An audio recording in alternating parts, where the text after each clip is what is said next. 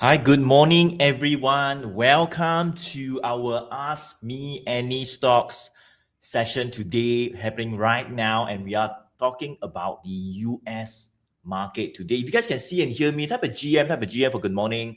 Let me know, guys. If this is working, you can see my face somewhere at the corner. All right, you can see my screen as well. Voice is good as well. Type a GM for good morning. Let me just acknowledge all of you for just being early today. All right, very special session today. Later I'll share more about it, right? But let me just acknowledge all of you. Hi, good morning, Hanson as well. Good morning, Edwin, Nigel, Janet. Hi, Casina. Good morning. Good morning. Okay, good. Seems like this is working fine. Let's just wait for a few more people to join us. If you guys are over here, would it be okay if you help me to like and share? Help me to like and share so that we can reach out to more people, allow more people to join and learn about the strategy, to learn more about their US stock. So if you are looking at the US market today, right? If you look at the US market today, John Manford as well, well, you are in the right place. You're in the right place because today, right, we'll be looking at US stocks, right? So very simple. We'll do a quick market outlook, right? Look at maybe the S&P 500 index, even the NASDAQ, all right, to see, or maybe even the Dow Jones, right, to see what has happened over the past few weeks as we began 2026, all right? Then after that, what happens is that we'll dive into the US stocks that you guys are asking about as well. All right, so that is where you can type in the chat the US stocks that you want. Give us a bit of context. Give us a bit of are you looking to buy that US stock? Are you looking to sell? What is the price you got in? When do you get in? Last year, last month, right? What is it that you want about this stock, right? So if you just put like one name there, like Apple, right? Then what do you want to know about Apple? Are you buying or selling, right? So give us a bit of context. That is where we'll give more I would say priority, right, to your chat, to your stock, and that's why we'll try to cover your stock as quickly as possible, right? Okay, so that's what will happen. We'll cover the US stocks that you guys are asking about, and at the end, right, there'll be three bonus US stock, as well. I know that me, my team, Bervin and Z will share as well, right, just to add more value to you guys after covering all the US stocks that you guys are asking about. All right, so that's what will happen. Of course, later, right, today will be something interesting because if you have been joining us over the past few months, well, last year, October, to be exact, on the 18th of October, we actually did a live launch on the One Good Trend Secrets book right over here. So there's a live launch, and what happens was just, on 18th October, we actually did a live launch, right? And we went live on YouTube for like 6 hours, and that's where we actually launched this new book that I've written called One Good Trend Secrets. All right, and we have sold out in like about 2 or 3 days. All right, whereby we sold out a couple of hundred of books, and we closed for a couple of months. But we have reprinted only about 100 plus 200 copies, and that's where we'll do a relaunch today as well. All right, and we'll give you guys the link to grab the book maybe somewhere around the 12 p.m. mark. Right, so make sure you stay all the way to the end. If you want to know how to get this book, right, only a few copies left, and that's where we'll do a relaunch of the 1GT Secrets book right over here. All right, okay, good. So this is the book. All right, finally we have printed it. Right, a very small print batch this time. Hope that you can get it in time, but we'll share more about it as well. Right, so let's get started. Okay, so very simple. Let me just go introduce myself first. In case we've not met before, my name is Joey Choy, top tier advisor, trader in Philips Securities. And I've been doing stocks for more than 15, 16 years now. So if you're looking at stocks, specifically US stocks, then you are in the right place. And what I've been doing is that I've been using what I call the One Good Trend strategy, all right? Whereby, we are focusing on trend, right? We're focusing on swing to position trading, right? Riding on stocks along with the trend, right? As the name goes, right? One good trend. In short, 1GT, right? 1GT. So very simple, right? Essentially, what happens is that we maximize our profits along with the trend. We use a tool called the 1GT Pro indicator to guide us when to get in and when to get out as well. So later when we go through your stocks, right, we're going to use the same tool, the 1GT Pro indicator, all right? And that's where we'll go through very quickly. It's very systematic, tells us or guides us on when to get in and when to get out, right? So let me go to introduce my team member as well. Today, I've, my team joining me. We have Z, all right? Z joining us here as well. Z is one of the top brokers under me in Philips Securities as well, joining me for more than 5 years now, assisting me in our team's group coaching sessions with our graduates, one-on-one sessions with our mentees, even assisting our team's portfolio manager with a 7-figure portfolio management business as well. And Z also is what we call an expert in anything to do with charting, right? She's a chartered market technician, a CMT holder, whereby what it means is that she's an expert in charts, right? Candlestick, technical analysis, patterns, whatever, right? I do consult her as well on some of the very, trends and some of the price actions that we look for in some of the stocks that we cover as well. So maybe I can pass on the mic to Z just to share a bit on herself and maybe how she can share with you guys more today as well. Z, go ahead.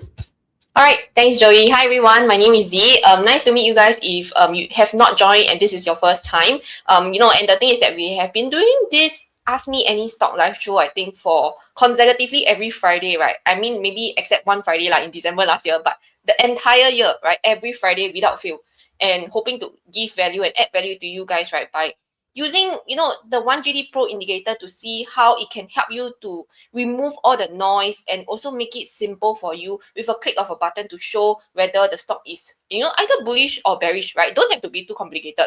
So I think that is what we actually aim to do later on as well for you guys. And today, just focusing on US stock, and usually we'll try to cover as many as possible. But if we are unable to do that today because of the 1GT secret book, like the relaunch, right? So perhaps today might be a bit lesser, but we'll try our best, right? We'll try our best. So I'll pass the time back over to Joey so that he can also introduce Bervin as well, and then we can kickstart the session right away. Okay, yes, thank you so much, Z. All right, so we have Bervin as well joining us today, right? Bervin, one of the top brokers under me in Philip Securities. Bervin also assisting in our group coaching with our graduates, our one-on-one sessions with our mentees. And Bervin is what we call an expert, not just in technical, but also fundamental as well, because he's a CFA chartered holder, right? Those of you who are in the banking or finance sector, this is one of the highest qualification one can ever get, right? So let me just pass on the mic to Bervin, maybe just to share a bit on himself. Bervin, yours? All right, thanks, Joey. Hi, everyone. Good morning. Welcome back to our weekly AMAS session. Today, we're covering the US market, but I think like Joey said, today will be a little bit special. So, stay tuned. You don't want to miss the link drop where you can actually grab the book that we actually launched last year. All right, so this is a small reprint, like Joey have said. So there is limited copies. Fortunately, it's quite hard to get people to print books in Singapore if you guys haven't tried.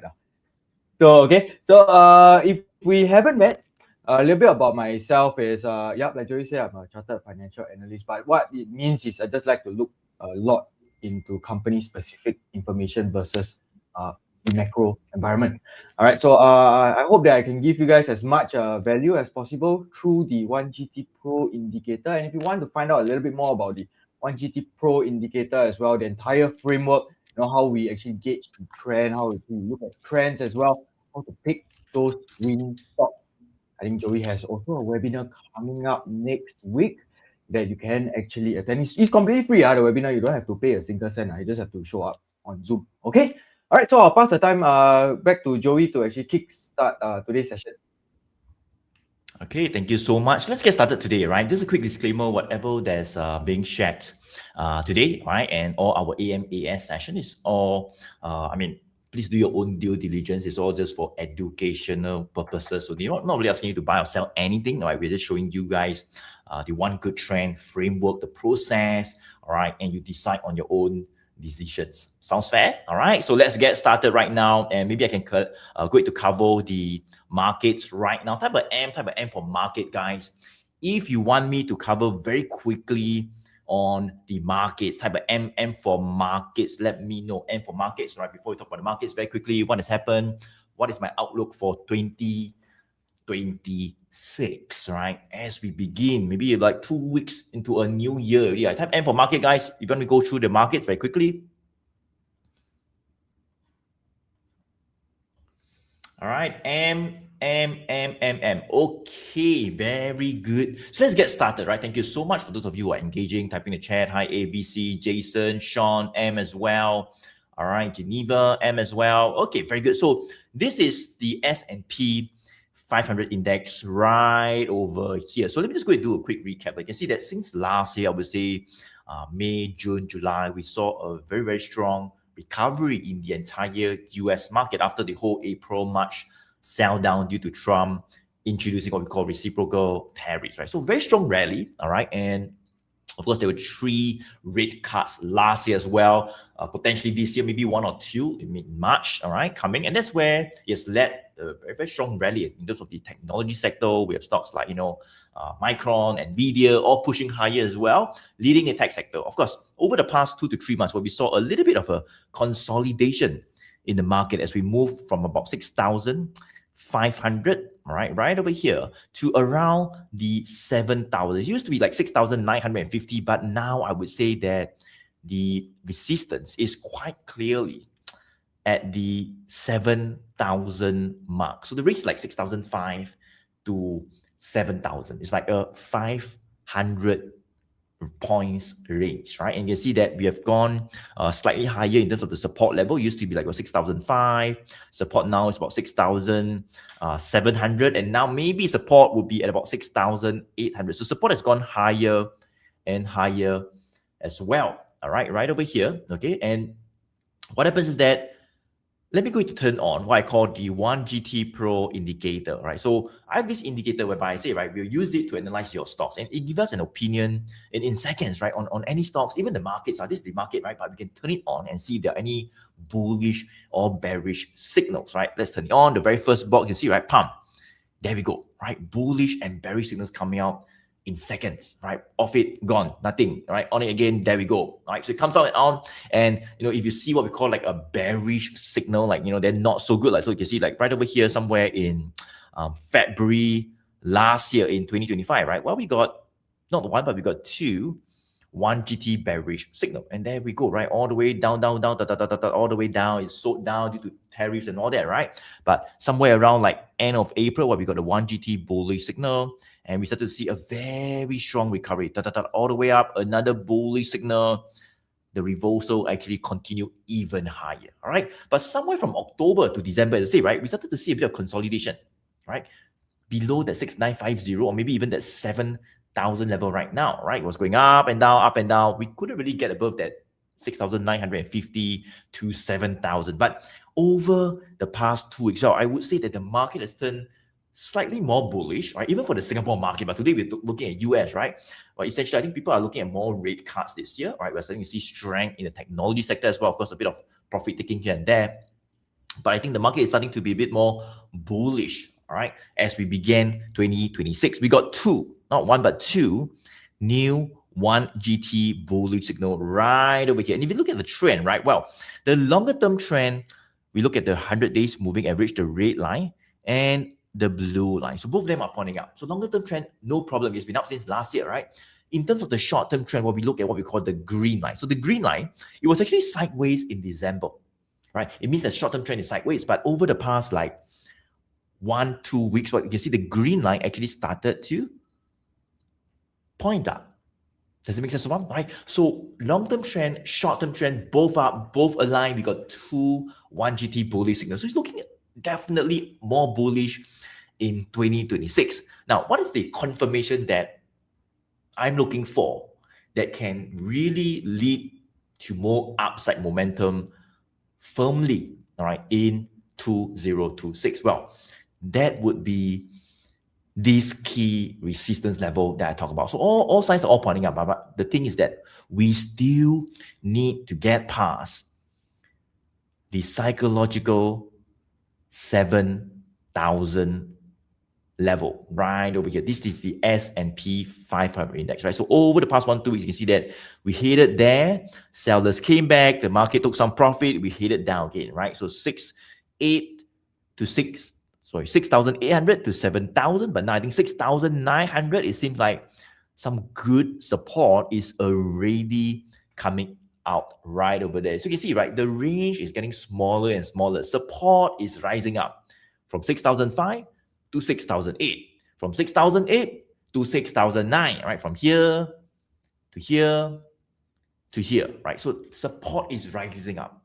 Things are looking more bullish. We got 2 bullish signals. Short-term trend is turning up, right? The only thing is that we need to get past this key psychological resistance at 7,000, right? So I think it might consolidate, but I think it's normal, right? I think it's good to see a bit of consolidation below 7,000 for, maybe 1 more week, 2 more weeks, right?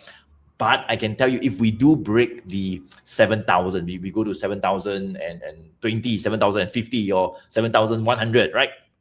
Above 7,000. That is where, right, it could lead to a whole new phase. We will have got out of these 3 to 4 months of consolidation. And that's where the market could be even more bullish, right, as we push towards the 7,005 level, right? And this would be, I would say, a positive for the entire US market, right? With the S&P leading the way. All right, so that is the S&P 500 index. I hope you have taken note of some of the key levels, right? Hopefully, all right, as I say, right, in 2025, very strong recovery when we broke kind of like the 5,500 level. You can see we got a bullish signal. It started to go all the way up, all right? 7,000 is the key now. Let's see if that gives way for more upside. Now, let me go to look at maybe very quickly the Dow Jones very quickly, and let's see what it says as well, if there are any bullish signal. So Dow Jones will be kind of like, you know, the consumer stocks as well. One of the very popular index as well, covering the US market. So very quickly, you can see that, well, Dow Jones, same thing, very strong longer term uptrend. We got a couple of bullish signals since May last year, right? Somewhere in February 2025, same thing. We got a bearish signal and it starts going down, down, down. So when we see a bearish signal, not just in the market, but on any stocks, all right? Maybe the stocks that you're asking later as well, right? Well, we try not to rush. We try not to get in, right? Because there could be some weakness in the short term, right? There could be some selling pressure. So you want to be patient. You want to wait for the market or for the stock to show its hand. Does it make sense? We're going to wait for the reversal confirmation to come back in. Did it come? Yeah, right over here in May. There we go. All the way up. We got a bearish signal, went sideways for a bit. All right, another bullish signal.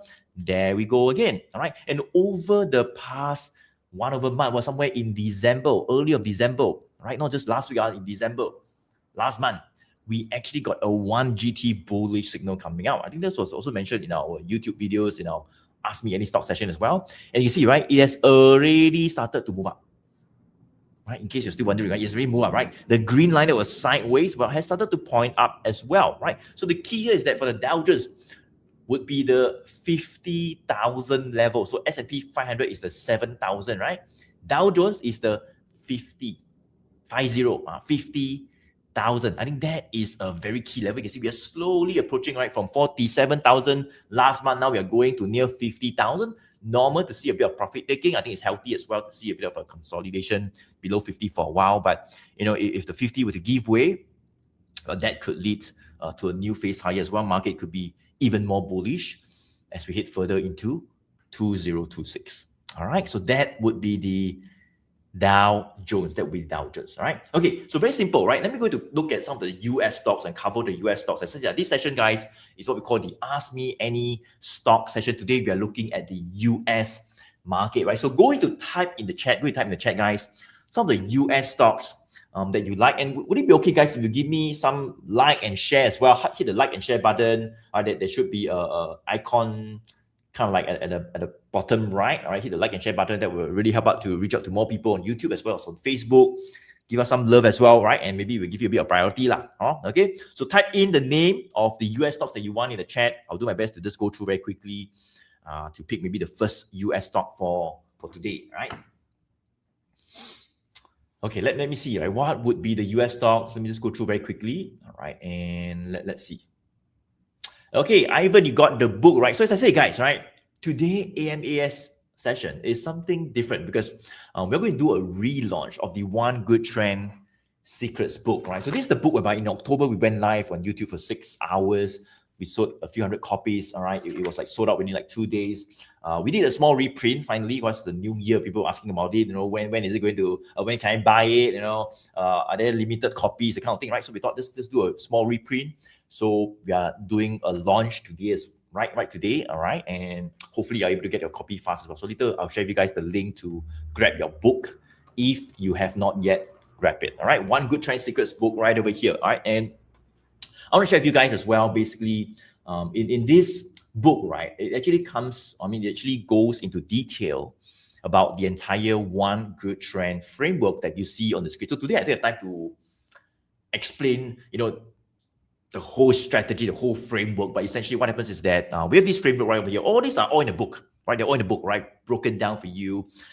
And what happens is that when we got this framework, we kind of like lay it all out such that it's very simple for anyone to follow. It's all in the book, as I say, okay? And we want to wait for what we call like a buy signal right over here, right? Right over here. If we do get what we call like a buy 1GT signal, well, we actually have a 7-step checklist, whereby it determines, right, based on that bullish signal, if we are going to take a trade or not, right? So it's a 7-step checklist. It's all in the book, all right? If you want to find out more, all right, what happens is that we do have a webinar, all right, next Tuesday, 7:30 p.m. I'm thinking just place the link in the chat, right? So you can find out a bit more about the entire webinar, about the entire framework. We have a webinar next Tuesday, 7:30 p.m. on Zoom, all right? So link in the chat, click on it. That's where I can learn more about the framework and how to actually filter out the top 1% of stocks and then know exactly when to buy and sell them. So next Tuesday, 7:30 p.m., we do have a webinar, all right? And that's where I'll be talking about the 7 steps that,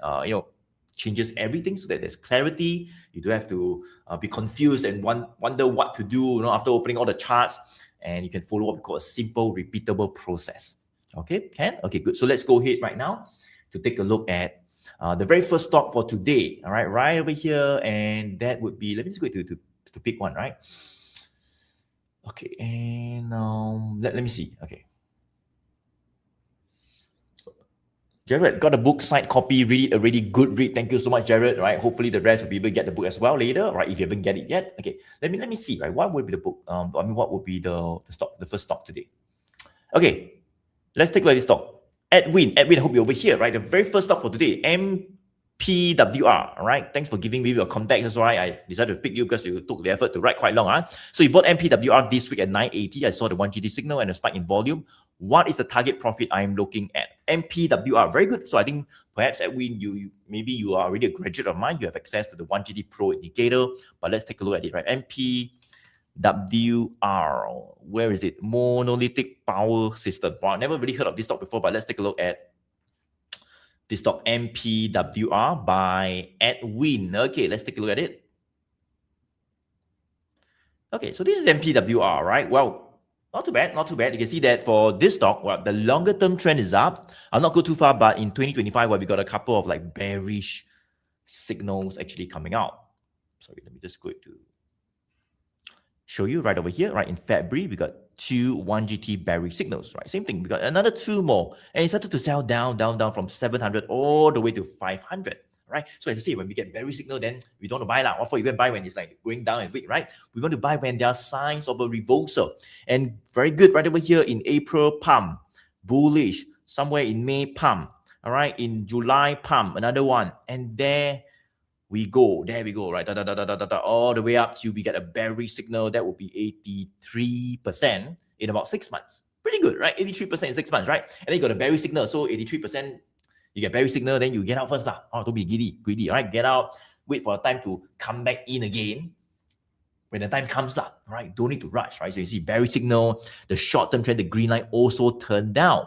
You want to be patient, okay? You don't want to rush to get in, right? You want to wait for confirmation. And it seems like, well, we are starting to see some strength coming back over the past 1 to 2 weeks. So let me go to draw this very key resistance right over here. I think that would be the 1,000 psychological level. So Edwin, you mentioned that you got in at about 980. I think that was right over here, just below the 1,000. We got a 1GT bullish signal. So not too bad, all right? It seems like we've broken the 1,000, all right, 1,000. Well, I would say that, back to your question, what would be the next target whereby we could see maybe a bit of profit taking coming back? Well, that would be the 1,120. You can see that was where we were in October last year before we sold out, and we actually got a bearish signal. So that could be kind of like the upside. That could be some of the upside all the way up to 1,120 first. I think that would be like about 11% upside. So I think it looks pretty good, right? I think finally, right, I'm glad that you have waited for like a bullish signal to come back. Long-term trend is up. You can see the green line, well, slightly flat because we just broke above the 1,000 like last night, all right? So next few days, so I think like maybe tonight or next 1 week will be pretty crucial, right? If we can hold above the 1,000 level, good. That's where I would say the green line will continue to slope upwards even more. There will be another confirmation. I think that's where there could be more upside for this stock in the short term, maybe all the way to 1,120 first. Then a bit of a profit taking there. If the 1,120 gives way, target could be raised all the way maybe to the 1,000 200 level as well, right? So this is the very first stock for today. Monolithic Power Systems. The code is MPWR. I hope that helps, Edwin. All right, I think you saw the 1GD signal, so I believe you have access to the this 1GD Pro indicator. All right, as I say, those of you who want to find a bit more, right, you can attend a free webinar. We do have a webinar next Tuesday. Link is right in the chat. That's where we'll share with you guys a bit more about the entire One Good Trend strategy. All right, let me pass on the mic to Bervin to cover the next US stock. Bervin, yours. All right, thanks, Joey. Okay, so very quickly, let's go on to the next stock right here. All right, okay, hi, TF, good morning. Good morning, Joey and team. Hope you can help with Visa. I think Visa Inc. meant to enter a few days earlier on a swing trade by gap down and entered yesterday at $330. Should I have buy, hold, sell? Thank you. All right, okay, thank you for being so polite. Let me just put my screen up right there. All right, so on the screen right now, we have Visa. Visa, the stock code is VR. Okay, so just looking at the chart, I mean, what really jumps out to me that Visa had been in a very, very prolonged consolidation phase, as you can see, just trading right between the 320 level to right up the 360 level since June of last year to right now. So that is already 6 months of consolidation. And I think perhaps maybe would have seen that recently there was actually 1GT bullish signal that have actually came out or actually showed up. All right, so I think that was a very, very good sign that there could be strength returning. If you have asked me like last 2 weeks ago, what do I think of it? I say, hey, we will maybe see a potential breakout, right? A potential breakout above that 360 finally, after consolidating for 6 months, prices can finally break above that 360 level. That could be a good sign, but unfortunately, it being a resistance and still being a resistance, that 360 or maybe like 355 to that 360 level TF is still currently like a sell zone. So as and when, as you can see, one time here, prices approach that 360 level, wow, sellers come in, profit taking one more time, profit taking came in once more, came close right there, profit taking came in. So as and when prices approach that 360 for Visa, sellers are keen to take some profits. All right, so you have entered at about $330. Yeah, actually that is not too bad. It's not too bad if you are intending to actually perform like a swing trade.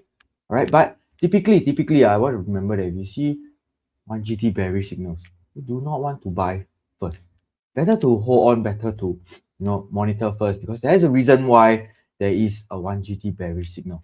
And the reason is because that trailing support EF was broken 3 days ago, right? On Monday, it was broken. It was testing that trailing support.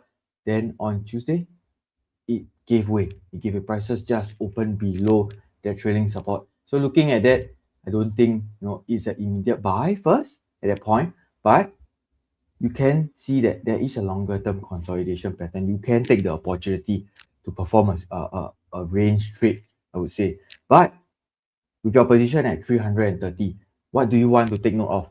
Of course, you don't want to see another 1GT bearish signal come in. So the first thing you could do is to actually set up a technical alert, right? Set up a technical alert for Visa first.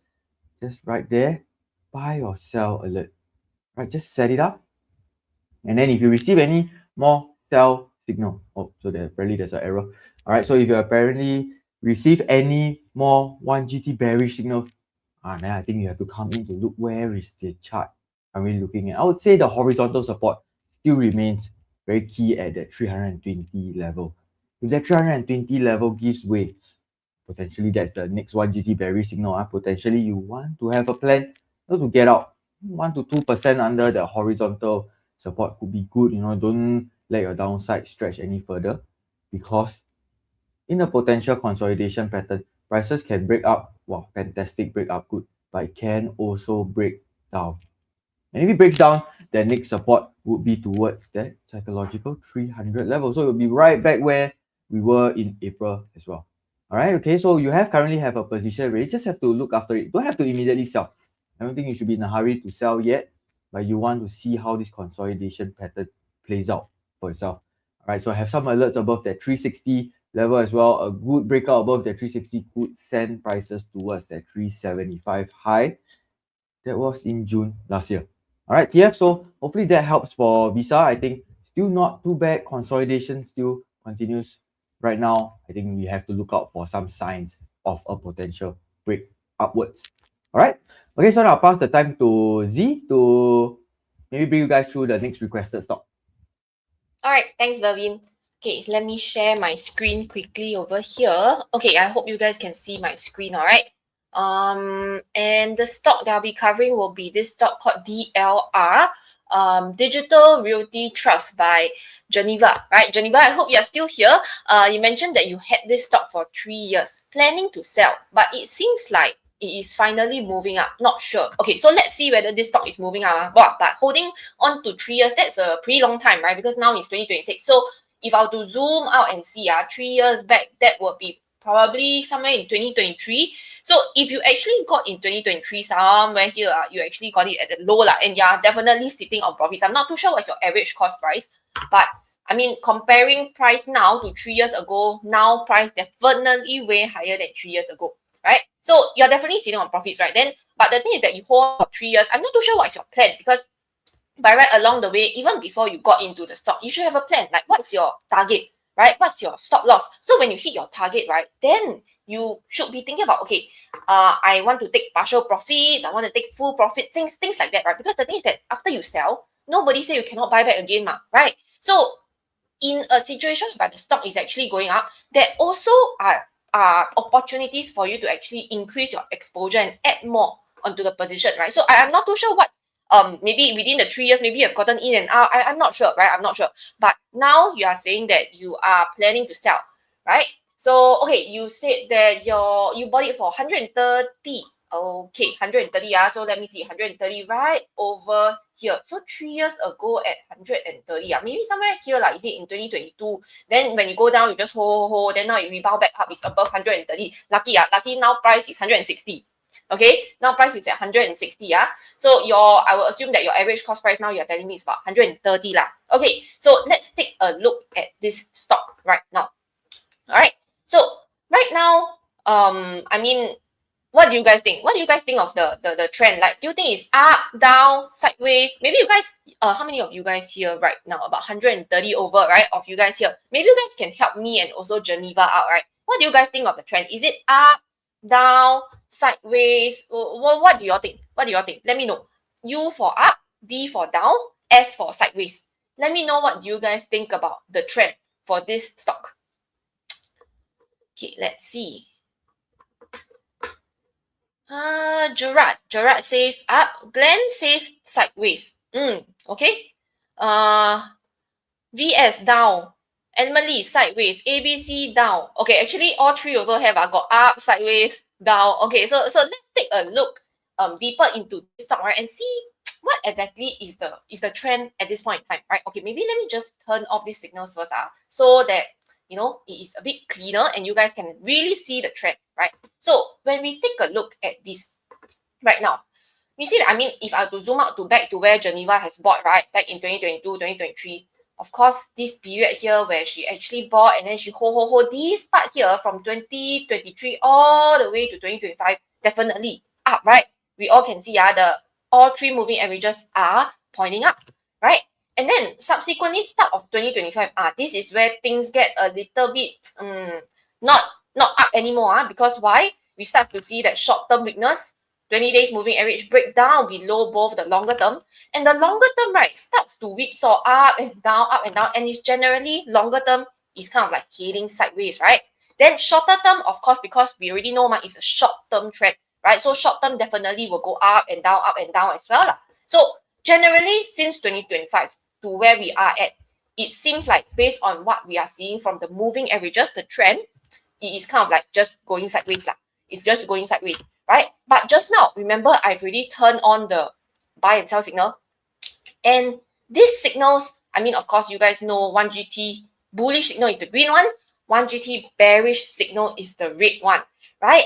And when we see all these signals, what does it mean? It doesn't mean that, when I see the 1GT bullish signal, the green one, immediately I go and buy, right? Or I see the red one, immediately I I go and sell because the stock is going to crash. No, right? Because the signals tells you that when I see a green one, it means that there's more buying pressure coming up, and it gives you more confirmation of like taking a position, right? But when I see a red one, right, it means that there's more selling pressure coming back in, right? And when you see multiple red ones, then that is where you want to be a little bit more cautious, right? You want to be little bit more cautious. So at this point in time, what do we see? 1, 2, 3, 4, 5. Yeah, we got 5, 1 GT bearish signal consecutively actually appearing. So it tells me that there is more selling pressure returning back to these stocks like over the past couple of months, right? Since like November all the way to where we are at now. And plus, if I were to really zoom in on the moving averages, just based on recent price action, we see that 20 days moving average, point down, cross below both the longer term trend, but now, yeah, it's showing some signs of it pointing back up. But look at this, right? The red is actually attempting to cross below the blue line. So not that great, right? Not that great. Plus, you got 5 of these. So it doesn't seem like the stock, the probability of the stock heading back up, right? In terms of the longer term trend, not there lah. It's not there, right? Because ideally what we want to see in terms of the trend is we want to see moving averages that are like that, right?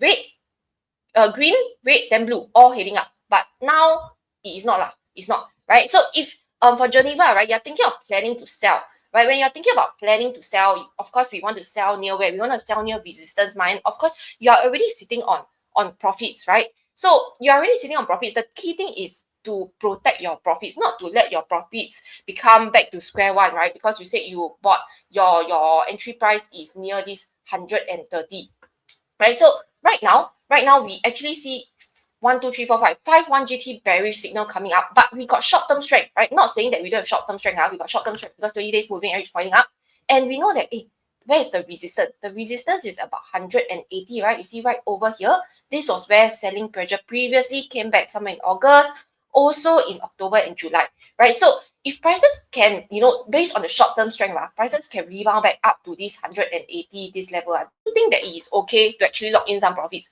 I think it's perfectly fine. Even if you want to take full profits, I think it is also okay lah. Depending on you want to take half or full profits, I think it's fine because you already hold on to 3 years, right? 3 years, and you are definitely sitting on profits, right? You're definitely sitting on profits right now already. Like, let me see, 38 over % profits. And plus, we know that the longer term trend at this point in time doesn't look too good. So why not, you can consider to actually lock in your profits first. And when we actually see more opportunities that the longer term trend is turning up, the short term trend also turning up, plus we got new 1 GT bullish signal coming out, then okay lah, can get in again. Nobody say cannot, right? So for Geneva, perhaps you might want to consider to set some price alerts right near the 180, near this level, right, near the resistance zone, whereby you can consider to take some profits, right? And if prices can break and hold above, I think the high or the next upside target that we can revise towards, right, would be back towards the high that we've seen in November, somewhere near the 190. So these are the 2 zones that perhaps you may want to consider as well. Okay, Geneva, I hope that actually helps to give you something to think about. And based on the 1 GT indicator, right, that's where you can really see what is it telling you, right? Okay. So with that, I'll pass the time back over to Joey to cover the next stock. All right, thank you so much, Z. All right, very good analysis right there. Let me move on to the next US stock, and that is asked by Kunaf, right? Kunaf, I think you're asking about this stock called Microsoft. Microsoft, right over here, okay?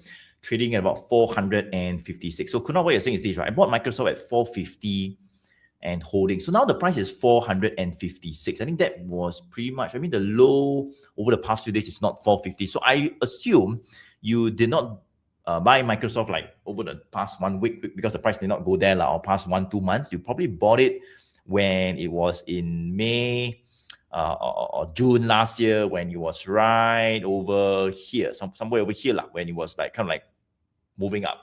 Is that correct, Kunaf? Just type Y for yes, guys. Kunaf, if that is when you have bought it, right? So, and now of course it's coming back down. All right, I think your question is that should you hold or should you sell? After reaching a peak, the price came down. Now let's go to analyze Microsoft. So you can see that Microsoft, right, since beginning of last year, we got two bearish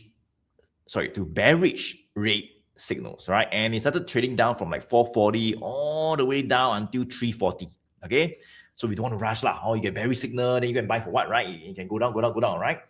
Then we got a bullish signal, right? So if you've got in right over here, we've got a bullish signal. It was around the 380, right? 380, and then there we go, right? From 380, it went up to 450, right? Could have got in a little bit higher. Still okay actually, because there's no bearish signal. The short-term trend is still pointing up, all right? Slightly more expensive, but you see after that, it went even higher, all right? That would be like, I would say, from the very first bullish signal to the bearish signal that came out to get out, there'll be about 32% in about 3 months. Quite okay, right? 33%, right? But the thing is that, when we get in, good, right? That's where we see bullish confirmations to guide us to get in. But how many of you agree that, we also need to know when to get out, right? Type O for out, guys. If you agree that getting out is quite important, all right? Maybe even more important than getting in, all right? Type O for out. Let me know, guys, if getting out is important to you, all right? If you feel that it's important, not just about when to get in, but also when to get out, to make sure that you preserve your profits, all right? If there are any profits at all, let me know. Type O for out if getting out is important. Eric, O as well. Joseph, thank you so much. All right. Boon, O, Ellen, O. Thank you so much. Right. Very good. Right. I would say that getting out is equally important, right? In fact, even more important than getting in. Because you can get in, right? Like I think could have, right? You're getting a pretty good price. I mean, of course, slightly more expensive than where the bullish signal actually was, right? But if you don't know when to get out, you see that we actually got a couple of like bearish signals coming out. No, not yesterday, not last week. Since like November then. When it was right over here around the 540 level, right? So 540 was a very strong resistance. We hit it there 2 times, and a bearish signal popped out, and you see 2 more bearish signal came out, pump, and it started to go even lower. And then now we are like back to, now it's 456, so very near to your 450 already. You get what I mean? Could have, right? So let's say if you have got out like near 500 or 520, when we got the bearish signal, now it's not about like holding or like should I hold or should I sell. It's more like you're thinking to get in again. Not saying that you can get in now. Now don't get in, right? But if you have got out previously when you saw the bearish signal, do you agree that, I mean, first of all, you have locked in more profits because it was higher then, all right? And the next thing is that now your mindset will be, when should I get in again? Does it make sense so far? All right. Rather than if you were not alerted, you don't know, all right, you hold, and then bearish signal, you still continue holding. Well, now it will, first of all, your profits will be lesser because it's gone down already, right? You got bearish signal, and then you hold, and then you go down some more, right? And that is where, not only your profits eroded, but you also don't even dare to get in because you're still holding on to the existing, stocks that you bought previously. You see what I'm saying so far? All right. So one thing I'll share with you guys is that you must not only know when to get in, but you must also know when to get out. When there are signs of weakness, when there are signs of potential short-term selling coming back in as well, right? So that's for Microsoft. So right now I would say that hold or sell. Well, direct sell, you would have best if you can sell in November or October, when we got the first bearish signal, it'll be better. Right now, I mean, it really came down. We got another bearish signal coming out. All right, we have gone below the 460. So my take is that I would say in the short term, we could potentially still see maybe more weakness. I'm not too sure exactly where, some buying pressure might come back, but support level could be right over here, maybe around the 440. You can see that was pretty much where we were right over here. So from 450 to 440, it was pretty much a resistance previously. That was where we broke up as well. So hopefully we can maintain above that level, right? If stay above 440, 450, the green 20 days moving average line, hopefully starts to flatten out, maybe starts to point back up. Great. And maybe we see a bullish signal, even better. That would lead the reversal. But right now, probably don't want to buy. All right. If you're holding on, as I say, by right, you need to have a plan to know when to get out. But now that it's really came down, a little bit, I'm not too sure exactly when the support will be, but maybe you can just monitor, right? If it breaks maybe the 440 level, and I think you want to plan to reduce some exposure because that's where we could see even more selling, right? So we need to have a plan. Nobody will know whether the stock will go up or go down or go to what price. Nobody will know. But what we know is the plan, all right? We see this plus this, more bearish, pump, we get out. We see this, more bullish signals, trend reversal back up, we get it. All right, so it's what we call a plan to get in, a plan to get out.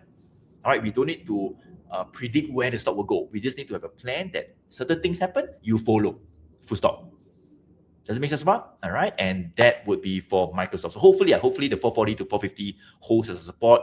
We see some signs of a reversal back up. That would be a good thing. If not, I think it's good to have a plan to reduce some exposure. All right, to prevent from your profits from becoming a loss. You see what I'm saying, Sabah? All right, so that is for Microsoft. Let me pass on the mic to Bervin to cover the next stock. Bervin? All right.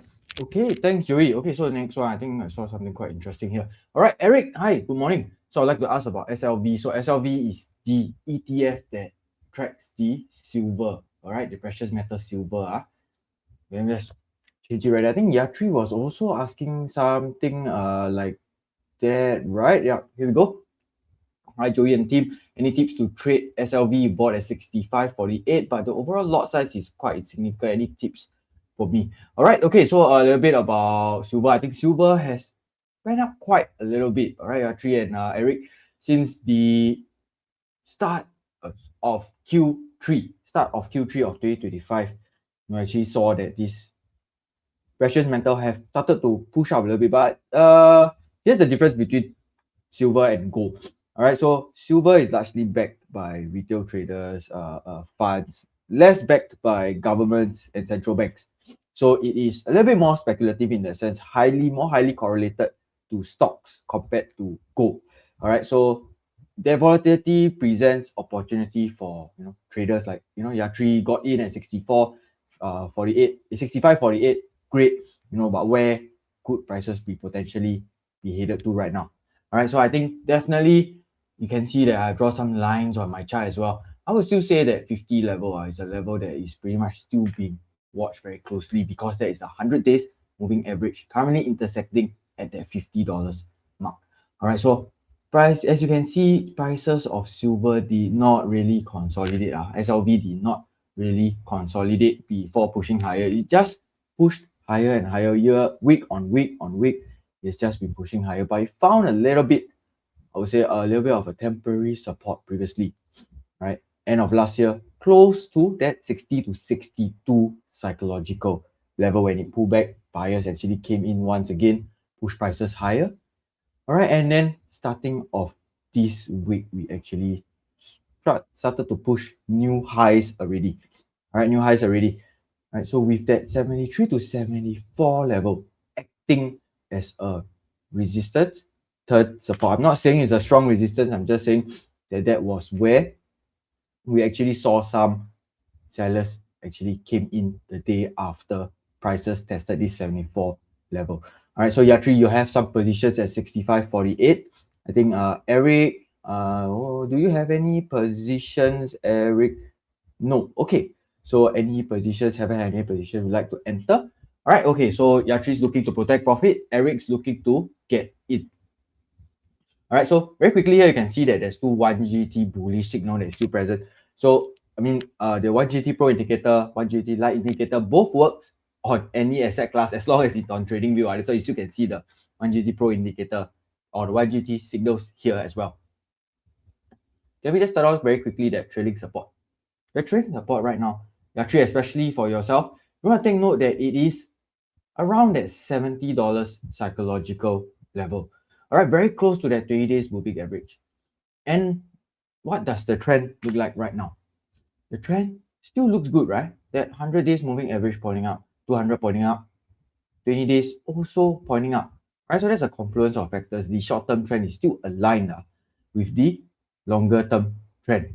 Right, so there could be potentially buyers that would still show up if prices retrace closer to that 73 to 74 level. Right, there's potential buy zone.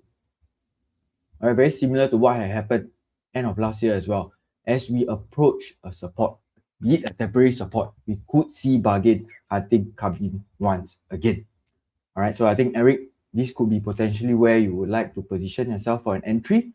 But I think as of right now, of course, prices are not anywhere close to that 73 to 74 level. But if prices dip back towards that level, you could potentially set up some alerts for yourself, get yourself into the chart, take a look. Is the short-term trend still up at least? Right, is that support still holding up? Right, then I think that could be a potential entry for you. All right, so I think I think so far looks not too bad. You just want to take note of the 73 level, 70 level as well. But what is your upside? I think right now that trends are still looking quite good, right? It's still looking good. 20 days pointing up, everything. Prices holding above their support, buying pressure or buying interest still present at this moment. So if we just do a little bit of a projection, right, from that previous range to the upper range, we are right there, very close to the resistance. Thus, you can see that a little bit of selling have already came in last night. All right, a little bit of selling have already came in last night. These prices going to be able to push higher, break above the $85. I don't know. I won't be able to tell you whether it will break past it tonight, but at least I can tell you that you can see if prices manage to break above the 85 level, that next upside would likely be towards that 95 to maybe even that psychological $100 level. So prices continue to push higher. So actually, I think you're sitting on some profit already. I think as of right now, we have tested it once last night, not too bad. I think you can set up some stop limit orders right below that $70 level as of now. Right below $70 level, maybe 69, 68, right there to get out if prices indeed reverse. However, if prices continue to push higher, I think you can continue to ride that trend as long as those key supports continue to hold. And so that's the important factor. We have to have continuous higher support. So if you do not have higher support, I think you are maybe quite stuck, could be stuck in a very speculative trade, right? To be caught off guard with the volatility, prices move up and down very quickly. As you can see, every day there is a gap. Every day there's a gap. You want to be able to keep in touch, where if prices push towards a resistance, you see quite a little bit of selling pressure comes back to the support once again, something like that. Let me just draw it. Something like that comes back to the support once again. A little bit of consolidation coming. Hey, then I think that is time. You can consider to sell closer to a resistance. All right, but as of now, I would say still looking good. Silver, I think you can continue to watch, continue to monitor. But for Eric, if you are a little bit more aggressive, you're trying to get in on the bull run, I think you can also consider to get in upon a breakout. So it's a little bit more aggressive. So of course, more aggressive, that means losses can be a bit wider as well. If there is no support, you are looking at a more significant loss, but actually you are also looking to get into position. So you are looking to get into position. So that is something for you to actually consider as well. Perhaps maybe if we see another 1GT bullish signal as prices break above the 85 level, like that could be a sign for you to potentially position yourself for an entry. Okay, so I think that is for silver. All right, SLV is the ETF. I will pass the time now to Z to cover the next requested stock. All right, thanks, Bervin. Okay, so the next stock that I have here would be by Tiffy Wifi, right? I hope you are here. Good morning. Please discuss the trend for Oracle. It has been dropping every day and you are thinking of getting in. Okay, so let's take a look at Oracle together, right? So you say that it has been dropping every day. Okay, not every day. I mean, you can see that there are some days whereby there are green candlestick and it's going up, right? But yes, generally, if we look at the bigger picture, look at the trend, since September, actually since October, this period, right over here, this is where we started to see some signs of weakness. And then that is where generally price, yes, has indeed been heading down in that downward motion, right? So for TIFI, right, you mentioned that you are thinking about getting in, right? You're thinking about getting in. So with this 1GD Pro indicator, as you can see, I've already turned on the signals, right? So we play chill. I already turned on the signals for you guys to see. You see right over here, I turn off and turn on, right? So when I really turn this on, I mean, first glance is that you can see there is 1, 2, 3, right? 3 consecutive 1GT bearish signal, right? That's the first thing that you see really. And then when you see these signals, you already kind of know that it means that there is more selling pressure coming back to this stock, right? Then okay, never mind. But you think about buying. Okay, then based on the 1GT framework and things like that, we always think about buying when we want to think about buying at a support, right? But when we see all these signals coming out and we know that maybe the trend doesn't look that great, then perhaps you want to hold off a bit and continue monitoring first until we get more confirmation, because you don't want to buy and then you get stuck, right? So then we dive a little bit deeper as to, let's take a look at some of the levels, right, that perhaps TP, maybe you might want to set some price alert and take note of. All right, so as you can see now, I think price last night, it closed at 189.85, right? 189.85 over here.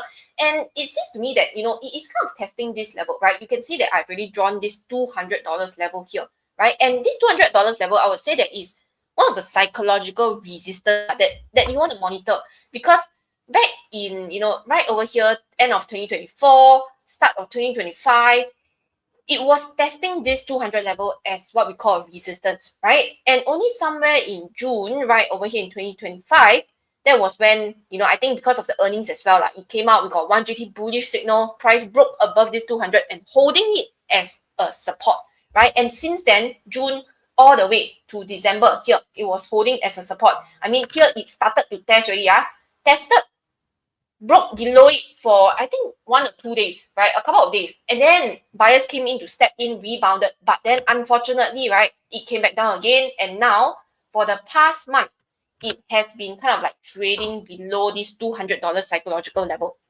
So I think maybe there are a few confirmations like that you want to look out for when you think about getting in, right? First of all, I think first and foremost, prices has to break and hold above the $200 first, because now it's testing, right? I mean, I'm not too sure where the buyers will come back in. It seems like buying pressure, temporary support could be coming back in near this 180 right over here. That was where, you know, back in, when was this? Middle to end of December, this was where buyers came in to support the prices, didn't let it fall even further, right? So perhaps around the 180, that is where potentially we could see some buying pressure returning, right? But I think the key thing here is you want to watch and monitor whether if this price, right, if these stocks can actually break and hold back above the 200. I think first and foremost, that's one. You want it to hold back above a psychological level, right? And number two, the trend, right? We talk about the trend, right? 20 days moving average, at least point down, but now it's starting to flatten out. Okay, short-term trend seems to kind of like stabilize a little, right? But we also want to make sure that the longer-term trend is also aligned with the short-term trend, right? So, but the longer-term trend, you see the red line, it was going up, and then it is actually now kind of like sloping downward. And that's not what we want. We want to see the 100 days moving average, the red line, actually flattening out or even start to show signs of it pointing back up, right? That is what we want to see in terms of the longer term trend as well. So I think right over here, maybe want to monitor for two things, right? Number one, price to be able to break and hold above the $200 psychological level firmly, not just break only, break and hold. And secondly, we want to see that the 100 days moving average, the red line, stop pointing down and at least stabilize first, head sideways. And if we get a 1 GT bullish signal coming out, right, then that is where potentially we can think about positioning ourselves for entry. But if not, at this point in time, I think you do not have to rush. Don't just buy in because you think that the price is cheap, right? Because that should not be the only motivation, or that should not be the only reason as to why you're buying into a stock. Because like we always mention, you got to have a plan, right? And we got to have a plan when all the conditions, the probability is much higher. And based on the 7-point checklist that we have, then that is where we want to take as many checklists as possible. So if you want to know more, about the checklist, the framework, which we don't have time to cover everything today, right? We are just scratching the surface, right? Then, just feel free to attend, the upcoming webinar next week on Tuesday. It's free, like what Berwin mentioned, it's free, by the way. So feel free to join one of the session, and that's where you get to really learn and understand more about the 7 framework, and it's a very repeatable framework that we have.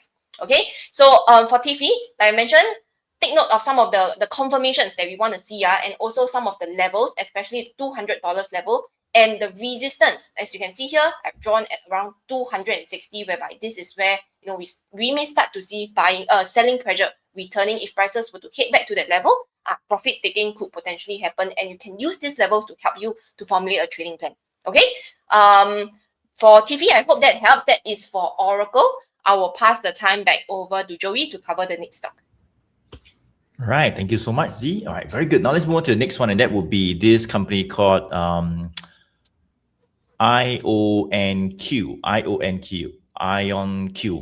And Jared, right? Jared, you're asking about this, right? Okay, very good. Let's take a look at what Jared is asking, right? IonQ, you can see I've put it out on my chart. I've also turned on the one GT Pro indicator in terms of the bullish and bearish signal. So most people look at the chart, right? What they see is like, just the prices moving up and down, maybe a couple of lines, right? But as I say, with this one GT Pro indicator, not only on the market, not only on the stocks that you guys are asking about, but on thousands of asset classes, basically any asset classes, whether it's Singapore stock, US stock, Hong Kong stock, whatever stock, even markets, right? You can turn it on and you get an opinion in seconds, right? So let's turn it on again. Clarity, right? That's where you can see in whether are there any bullish or bearish signals, right? To guide you, right? So Jared, you can see you bought it on $46 in December. So November, December, okay. So I think you got in last month, maybe somewhere over here. Okay, before I talk about where we are, maybe let me just go ahead to show you, for IonQ, what has happened since last year, right? So somewhere around 2024, where we got a couple of bullish signals, pump, and there we go, right? How many percent would that be, right? All the way up, I would say 380, right? 380%, right? In about 3 months, all right? When we get bullish signals. And then, of course, when you get bearish signal, you get out, wait for it, then down. There we go. Another bullish signal in April last year, all right? This one, how many percent, right? From here, pump. A second one come out, it went up even faster. All the way up. This is only 144%. Just now was 380, now only 144, right? But still okay, 144%, right? Now, let's take a look at what has happened over the past 1-2 months. Are there any green bullish signals out? Don't have, right? I mean, I can't see anything. I don't know whether you can see, but it seems like I can't see anything like what I've seen in April last year and in October 2024. Does it make sense? All right. So when this happens, normally, all right, not saying that you cannot buy, not saying that you make a wrong choice, Jared, to buy, but as I say, normally we want to buy a stock when we get the confirmation that it is starting to move up, right? But now you buy, not say cannot, but now if you buy, I would say that we are just in a consolidation phase. All right. I would say the range is probably $45 to $55. Right over here, quite clearly. I can see the past 2 months, up, down, 45 to 55, 45, 55, up, down. I also don't know what it's doing, right? But it is just, so you got it at 46, which is somewhere around near the support level, which is okay. I mean, but it's just that we are consolidating from 45 to 55 level, right? So it could be 1 week, could be 2 months, could be 3 months, could be 5 months. We don't know, all right? So what we do is that normally we will prefer to get in, for example, let's say if we break the 55 level, I don't know when you break, but maybe next week or next month or next month, right? If we were to break the 55, we go to 57, 58, 59, 60. Different story. We get a new 1 GT bullish signal, like this one you take, and then let's say this one, right? I take, then you paste it over here. Just saying, right? Let's say we paste it over here, all right? And then you see the green line previously, right? It was flat, right? The green line also start to point up, right? Now the green line is what? Now I think the green line is sideways, all right? Which is a short-term sideways consolidation, all right? So if the green line starts to also point up, like what we saw in April last year when we got that bullish signal, all right? Like this, green line pointing up, all right? And when we get another, a bullish signal, and say the green line points up, we break the 55, I can tell you that is where we would have the confirmation that upside could be all the way back up to maybe that 85 level, all right? And that's where, if that happens, then I would say that, yeah, carry on, all right? It's good to get in, like what we've seen previously, it's good to position yourselves to ride the reversal because you get the confirmations that things are starting to move. Upside could be another 50%. I mean, if that happens. Does it make sense? Fine. So the point about this is that we try not to get in if there are no confirmations, right? Not saying that you bought wrongly, but if you get in now, well, I mean, it might just be consolidating, right? I have no idea when it will start to move up. It could be 1 week, 2 weeks, 1 month, maybe 5 months, right? Nobody knows, right? Previously as well, you can see that we were consolidating. The signal comes up, within 2-3 weeks, it starts to move up. Make sense? All right. So, it could be consolidating, right? So I think, back to your question, whether should I sell and move on? Well, I would say since you already got in already, right? Then, well, I mean, it's good to have a plan, all right? For example, let's say if, the 40 to 45 support level were to break down, all right? We may even have a bearish signal, and then you want to be careful, you want to get out, right? Don't hold it all the way down to like $20, right? Make sure you have a plan, all right? So that is because you already have a position, all right? But what you could do as well is to maybe, if you want, you can maybe get out near 55 because that's where they say we are seeing some profit taking, right? So get out near 55, wait for a re-entry again when we get the confirmation that we're talking about. You see what I'm saying so far? All right. So that is for IonQ. All right. I would say now it's like taking a breather, resting for about 2 months already. Let's see when a bullish signal comes in. All right. And maybe let me share with you one thing, right? Whereby for this 1GD Pro indicator, as I say, what we have done is that we have typed in the name of your stock and we turn on the bullish and bearish signals, and then you see it like what we're seeing right now. All right. That's what we can do, right? You type the name of any stock, you look at the signals. But some of you might ask me, hey, Joey, like, you mentioned that, this bullish signal, you want to wait for it to come out, right? Then it could be a good confirmation and you can start to get in, right? So some of you might ask me, hey, Joey, so the bullish signal, do I need to like type the name that I can see? Like, can it like, alert me when it comes out so I don't have to go and type the name and see, right? Well, the answer is yes, right? So we can actually set an alert such that when a new bullish signal comes out for IonQ, right? So let me just show you, right click, send alert. All right, so thanks for introducing this stock to me. Maybe I'll put it in my watch list as well. All right, so maybe I can put alert one good trend pro, buy or sell alert. All right, once per bar. All right, so I can send an alert right over here, right? Whether you can notify in the app, so there's an app notification. You can send me email. There's a pop-up if you want over here. So normally I'll just choose the pop-up, all right? So there'll be not so many email. All right, and create. That's it, done. All right, so if IonQ has a new bullish signal, that's where I will be alerted, and then I can come in and see.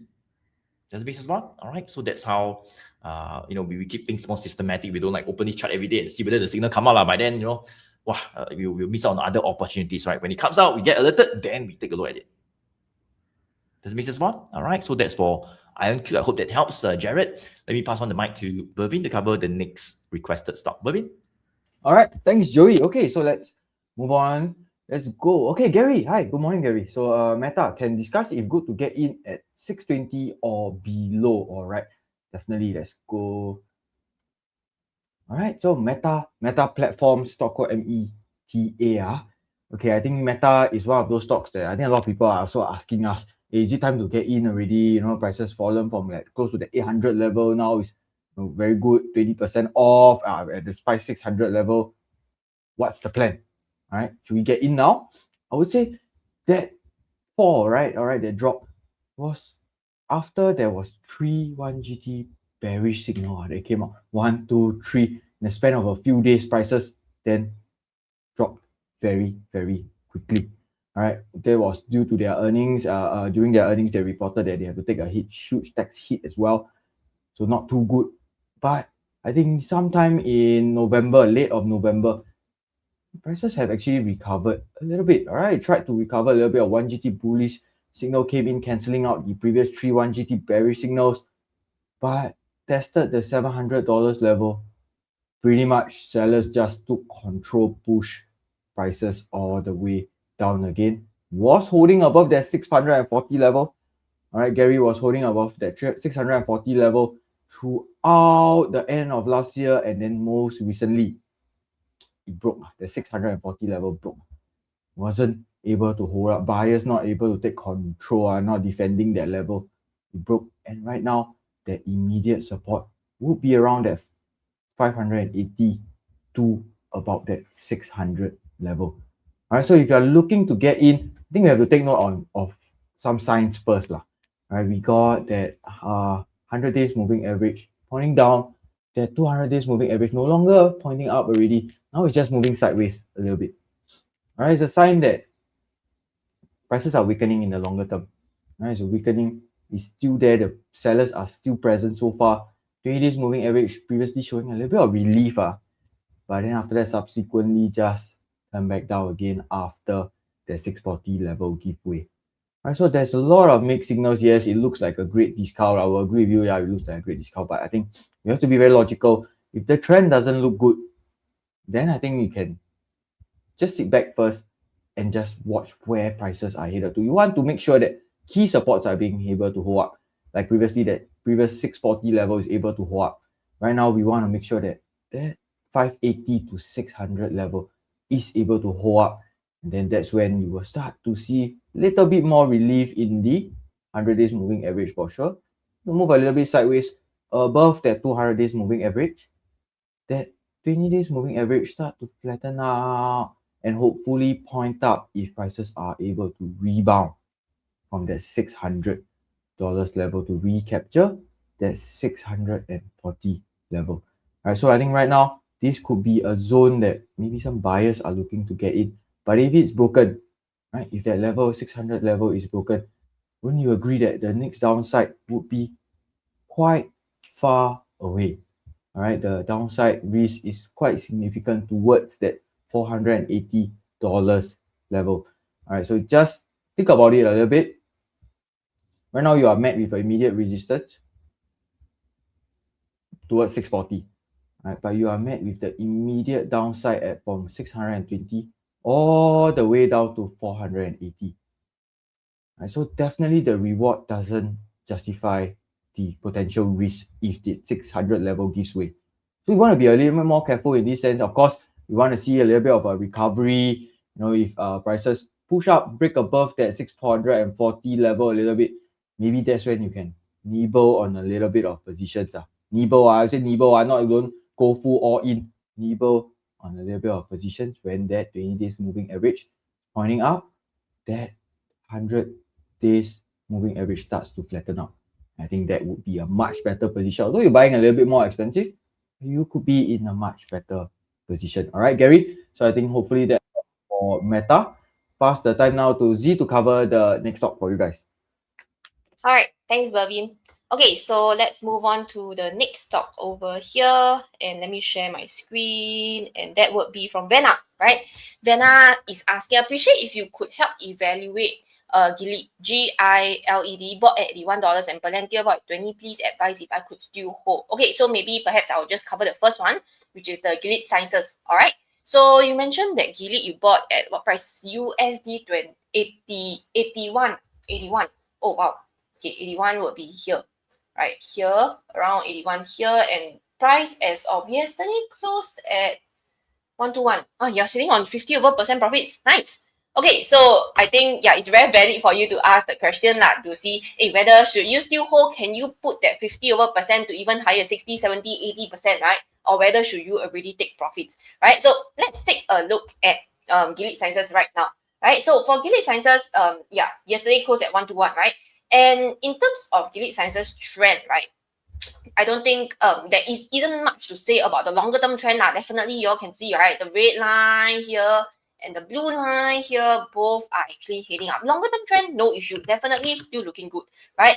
Plus here, there was actually a confirmation, right, in terms of the longer term trend, right, whereby the red actually crossed above the blue line right over here.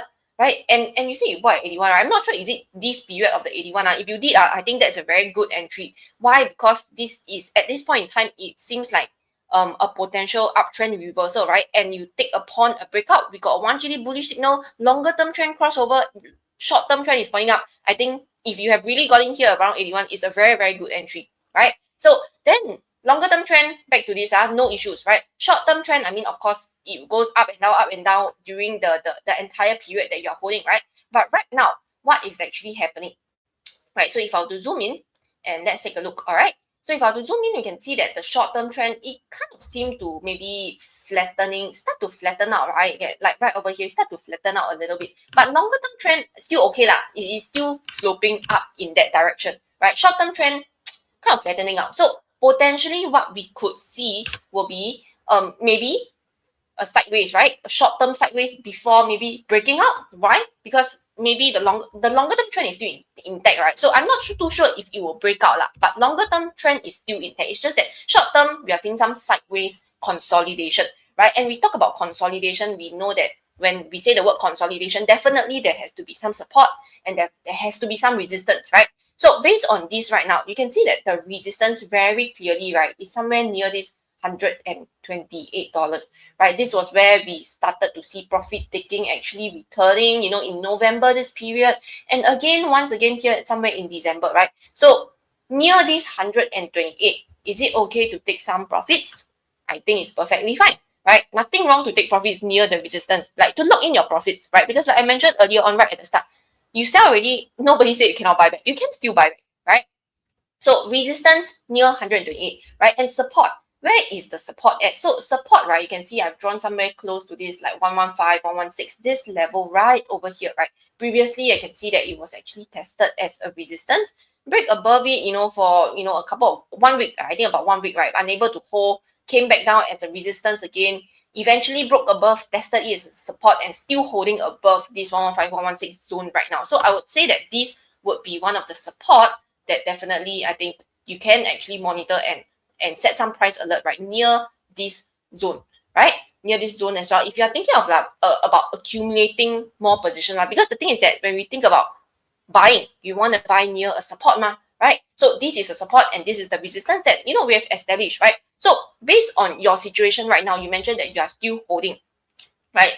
Definitely sitting on 50% profits. So one thing that, you can either like consider to take profits near the resistance or, accumulate some positions near the support. But I think the more important thing, right, is to make sure to protect your profits, because you don't want a situation whereby you don't do anything, you don't protect your profits, right? And then suddenly there's a news coming out about the company, some management news, or don't know what Trump said, then the stock starts to go down very quickly, right? Then you go back to square one. We don't want that, right? That is where your profits get eroded. So one thing that you can use is this trading support function. You turn it on. As you can see, I turn it off, turn it on. Okay, so right over here, this green line. Okay, maybe let me just clear all the drawings first. Okay, like that better. You all can see this green line here, right? This is the trailing support, right? And it trails the prices as it moves up, right? As you can see, and it accounts for the room, right, for the stock to breathe. Like it accounts for the stock volatility, giving it room to breathe, right? So as you can see, remember just now I draw my horizontal support somewhere near this 115, 116, right? And when I turn on this trailing support, can you see that it is also near this one? Exactly, actually, it's exactly at this 116 level right over here, right? So I think that is where you can consider to, have a stop limit order in place, slightly below the trailing support, right, to actually protect your profits. And if prices continue, right, to move up like so, right, let me just draw it, if it goes sideways and it continue to move up like so, right, then, your stop limit order, not stop limit order, the trailing support will also eventually starts to move out like this, right? And that is where you can use your stop limit order to trail, to follow this trailing stop limit order and set your stop limit order to protect your profits. You get what I mean? So as it moves up, you continue to shift your stop limit order up, and that's where you get to protect even more profits while continuing to ride the uptrend. Okay, so I think that is one thing that, you can consider to do as well. If you don't want to take any profits, or you don't want to take partial profit, take full profits nearly 1 to 8, and you want to continue maximizing it, I think that is where you can make full use of this trailing support function. All right. And if prices can break and hold above this 128, right, I think the potential upside target that we are looking towards, right, would be towards perhaps about 140. And as you can see how I did that projection, right, it's simply based on the range, right? The range that it has been trading since November to where we are at now, about this range, right? I think it's about $10 to $12 range. And then you actually project it out, right? Then the next upside target, if prices can break and hold above the 128, we can revise our target higher towards the 140 level. Okay, so Vanna, I hope that helps in terms of Gilead Sciences, something to think about, and yeah, make use of the trading support function if you have. All right, so with that, I'll pass the time back over to Joey. All right, thank you so much, Z. Let me move on and let's see if we can cover the next stock, right? So it's about 12 p.m., guys. So maybe I'll just cover one more stock then. I'm going to share with you guys the link, right, whereby you can actually secure this new book, right? This new book that I've written a couple of months back. It was launched in October, and we have kind of sold out, but now we have decided to kind of relaunch it again, right? Only a very small reprint this time. Okay, so I'm going to share with you guys the link in a bit, but let me just go to cover this stock first. That is asked by Yen, right? Yen, I hope you're still over here. Let's see, right? Okay. Any further upside momentum per the one good trend on the 1GT on GS, all right, or JP Morgan after recent positive earnings, accumulate for more dividends, or take profit, all right? You bought Goldman Sachs at 130. What? You bought at 130 Goldman Sachs, and now Goldman Sachs is at 975. If you got at 130, that's like a super ultimate good price. I think you probably got it like last year or something, right? Very good, very good. All right, I think definitely a very good rally we've seen for Goldman, all right, Goldman Sachs. And so I'll just cover Goldman, right? I'll just cover Goldman. So I think your question would be this, right? So should you actually accumulate more, or should you take profit, right? So should you like buy or should you sell? You're already having, you hold it already. I mean, you've been holding it for the past 1-2 years based on the price that you got in. That's good, right? But the question is that, should you actually think about buying more? Because you have pretty much, but should you buy more? Or maybe should you like sell what you already have, right? Let's go ahead to find out. So this is Goldman. I would say that Goldman is one of the top performing stocks since last year. Very clear trend in terms of the longer term. That's upwards. Look at the red and the blue line, 100 days moving average line. Red pointing up. The blue 200 days moving average line pointing up as well. So red above the blue, both pointing up. Long-term trend has been intact since like, since quite long, since like 2024, beginning of 2024. So quite long already. So it's been a very strong longer term, I would say longer term uptrend. Well, the short term trend, we actually look at what we call the green 20 days moving average line. So you can see the green line in like February last year, February, March, April, right? Down. We actually saw the short term trend turning down due to Trump tariffs and all that, right? So long term trend up, but short term trend can be down one.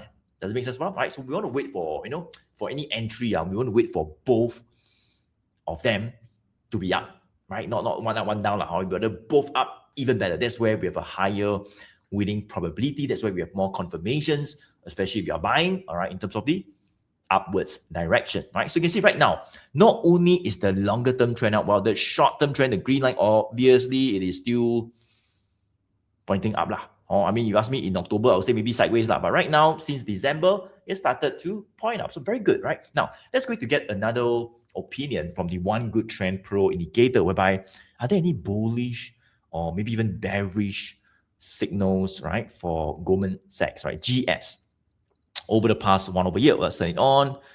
Pump. There we go. Right. So you can see for Goldman, right? Well, we don't always have green bullish signal. Sometimes also we got red color, bearish one. That was like in February last year. You can see we got a bearish signal. Pump, another one, and go down some more. Another one, go down some more. So it went down from like 650 all the way to 450 last year lah. Right, got bearish, 3 bearish signals, right? So I say when we get bearish signals, we don't want to rush lah. Be patient, wait for the bullish signal to come out. All right, and did it come out? Yes, it came out in April. Pump, first one, pump, second one, a bit faster, right? All the way up. A bearish signal came out in October and it rested for a bit, right, for like about a month. But let's just zoom in to over the past 1 over month, where we got 2 new 1 GT bullish signals actually coming out, all right, in like November to December, right? The green line also started to turn up as another confirmation, and you see we've pushed higher from like about $800 to $975 right now, right? So back to your question, right? Should you take some profit? Well, the question is that is this, right? If the stock is still looking good, we don't have to take. I mean, nothing wrong to take some profit. I didn't say all, all right? I say some, right? Nothing wrong to take some profit. I mean, make you feel a bit happy, make you feel a bit more confident. If it pulls back a bit, you get in again, right? So nothing wrong to take some profit. But the gist of it is that if everything is looking good, we don't have to be too, too quick to take profit, right? We can maximize our profits, right? Such that hopefully you can move even higher and we can make more profits, right? I'm not saying that you should be greedy and stuff, but this has nothing to do with being greedy. This is just about, if things are looking good, we got confirmations that saying that there could be more upside. Why not we just ride it more, all right? Till there are signs of a reversal, right? Maybe you see a red color bearish signal like over here, or like in February last year, and then fine, you want to take some profit or take more profit, that'll be good, all right? Because that's where we got the confirmation that we could be seeing selling. But right now, I think things are still looking good, right? We got confirmations of it moving up. It's really gone up a little bit higher. I think that you perhaps could think about accumulating more, all right, for more capital gains and even for your dividends as well that you say, all right? And so I mean, I'm not too sure about the dividends they give out, but I think it should be pretty good dividend yield, all right? But more on the capital upside, you can see that right now support would be around the 920 levels. Let me just zoom in for you. You can see, right, 920 was pretty much where we were consolidating below in December, right? Green line turning up below 920, pump. We broke the 920, we held above the 920, all right? And it seems like yesterday, right? So we were consolidating for the past 1 over week from 920 to 960. All right, up, down, 920 to 960. But last night, we went above 960. Now it's 975. Correct, which is above 960 lah. So that is a sign of strength because you can see that we are consolidating, pump, consolidating, pump, another level again, right? So that is a sign of strength that shows that the stock is still seeing a lot of momentum. We are attempting to find a new high after each minor consolidation. All right, and that's a sign of strength. And I think yesterday as well, pretty good long bullish candle, what we call very firm price action, right, above the 960 resistance level. So not too bad. I think, if we were to break the 1,000 targets, could be even 2,001. All right, we could really see maybe even more upside for this stock, Goldman Sachs, right? The code is GS. So I hope that helps, Ian. I hope that answers your question. And that would be for this stock, Goldman. Okay, good. Now that I've covered this stock, let's say, guys, today, right, this session of Ask Me Any Stock is where we pretty much cover the US stocks that you guys are asking about. And at the end, we'll share with you 3 US stocks that we like, all right? But there's something different as well, whereby, we are doing a relaunch of the One Good Trend Secrets book right over here. So as I say, right, in October last year, 18th of October, we went live for 6 hours. We kind of like sold out, right? And a lot of people actually asked us, when are we going to do a reprint and all that, right? So finally, we said today is a brand new year, only about 2 weeks into 2026. Why not just do a relaunch, right? The book just came in last week. We were like busy signing it as well. Only a small batch. So we are going to release the link. I'm going to release the link in a bit, right, for you to grab the copy of the book. But before I talk about the book, right, what happens is that I'm going to share with you guys very quickly on the entire One Good Trend framework. As I say, right, what we've talked about just now would be a very quick kind of like, an analysis of the stocks that you guys are asking about, right? We don't have time to break it all down, but essentially you can see that when we get a bullish signal, so we talk about bullish and even bearish signal. So when we think about buying, we want to focus on green bullish signal. But when we get a bullish signal, it doesn't mean that we just anyhow buy, okay? We get a bullish signal, we look at some other confirmations to time our entry to get it, right? What about the trend? Is longer term trend up? Is the short term trend up as well? All right. Are there any bullish candlestick? What about the volume? Right. So all these are all in this book, which we don't have time to break it all down for you today. All right. But it's all in this new book right over here called One Good Trend Secrets that not only gives you the clarity, but also the confidence on what to do as well. It's all written in this book over here. Okay, and that's what we pretty much use to analyze your stock. So very simple. I'm going to just drop the link. Maybe team just place the link in the chat on how you guys can secure your copy of this book, One Good Trend Secrets. The link is right in the chat. All right, let me just go and check it out. All right, so link is right in the chat. Click on it, and that's where you will come to this page right over here. Let me just go to grab the link. All right, and then let me just check. Okay, there we go. onegoodtrend.com/secrets book. Let me just go to check the link if it's working fine. Yep, I think it should be working fine. Okay, let me just go to show you the page. So click on the link and you'll come to this page right over here. All right, so we only have a few copies, guys. So this is the link.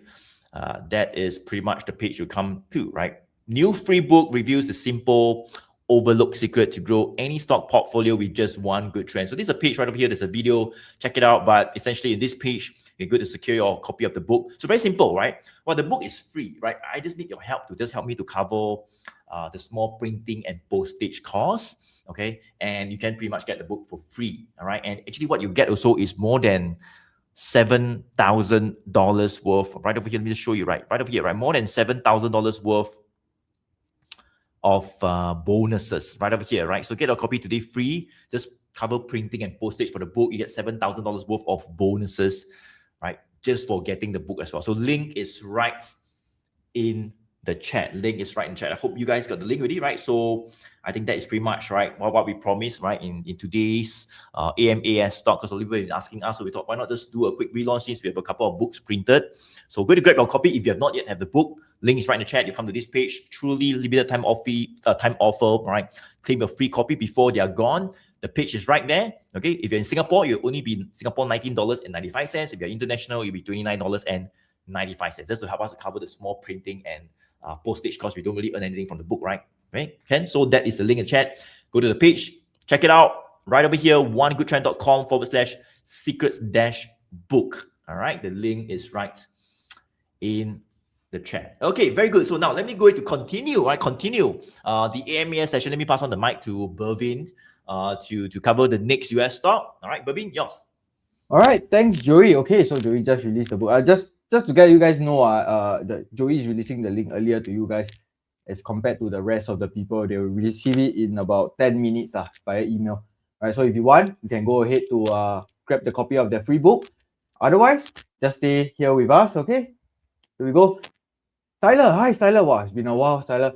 Alibaba sold half of it at 145. Finally sold some. Your average cost price was about $80. Time to take more profit at 170, or is it time to add more?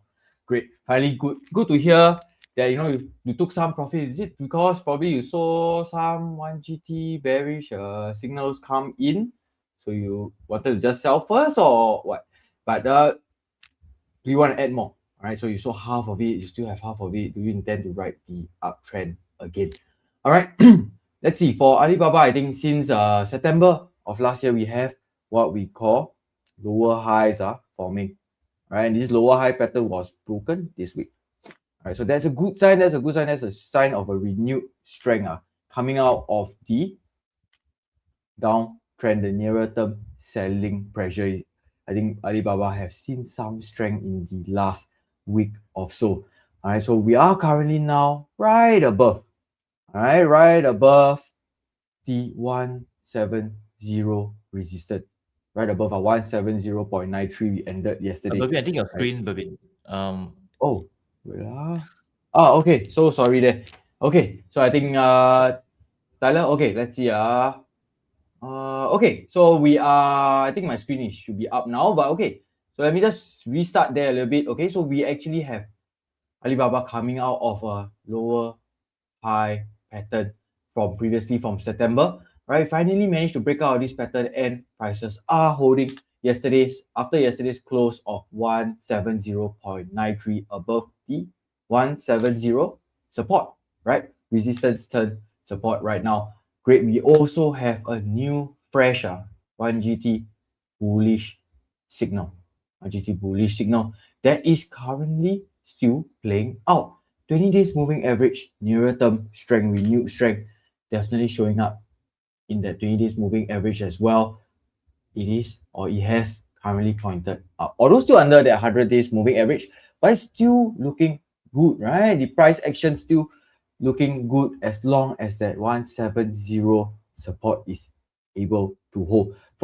So to answer Styler, okay, so you want to take some profits, or should we take more profits at 170? I think as long as 170 is able to hold, I don't think you need to sell. In fact, that could be forming as a new base for prices to push back up towards the 190 level as well.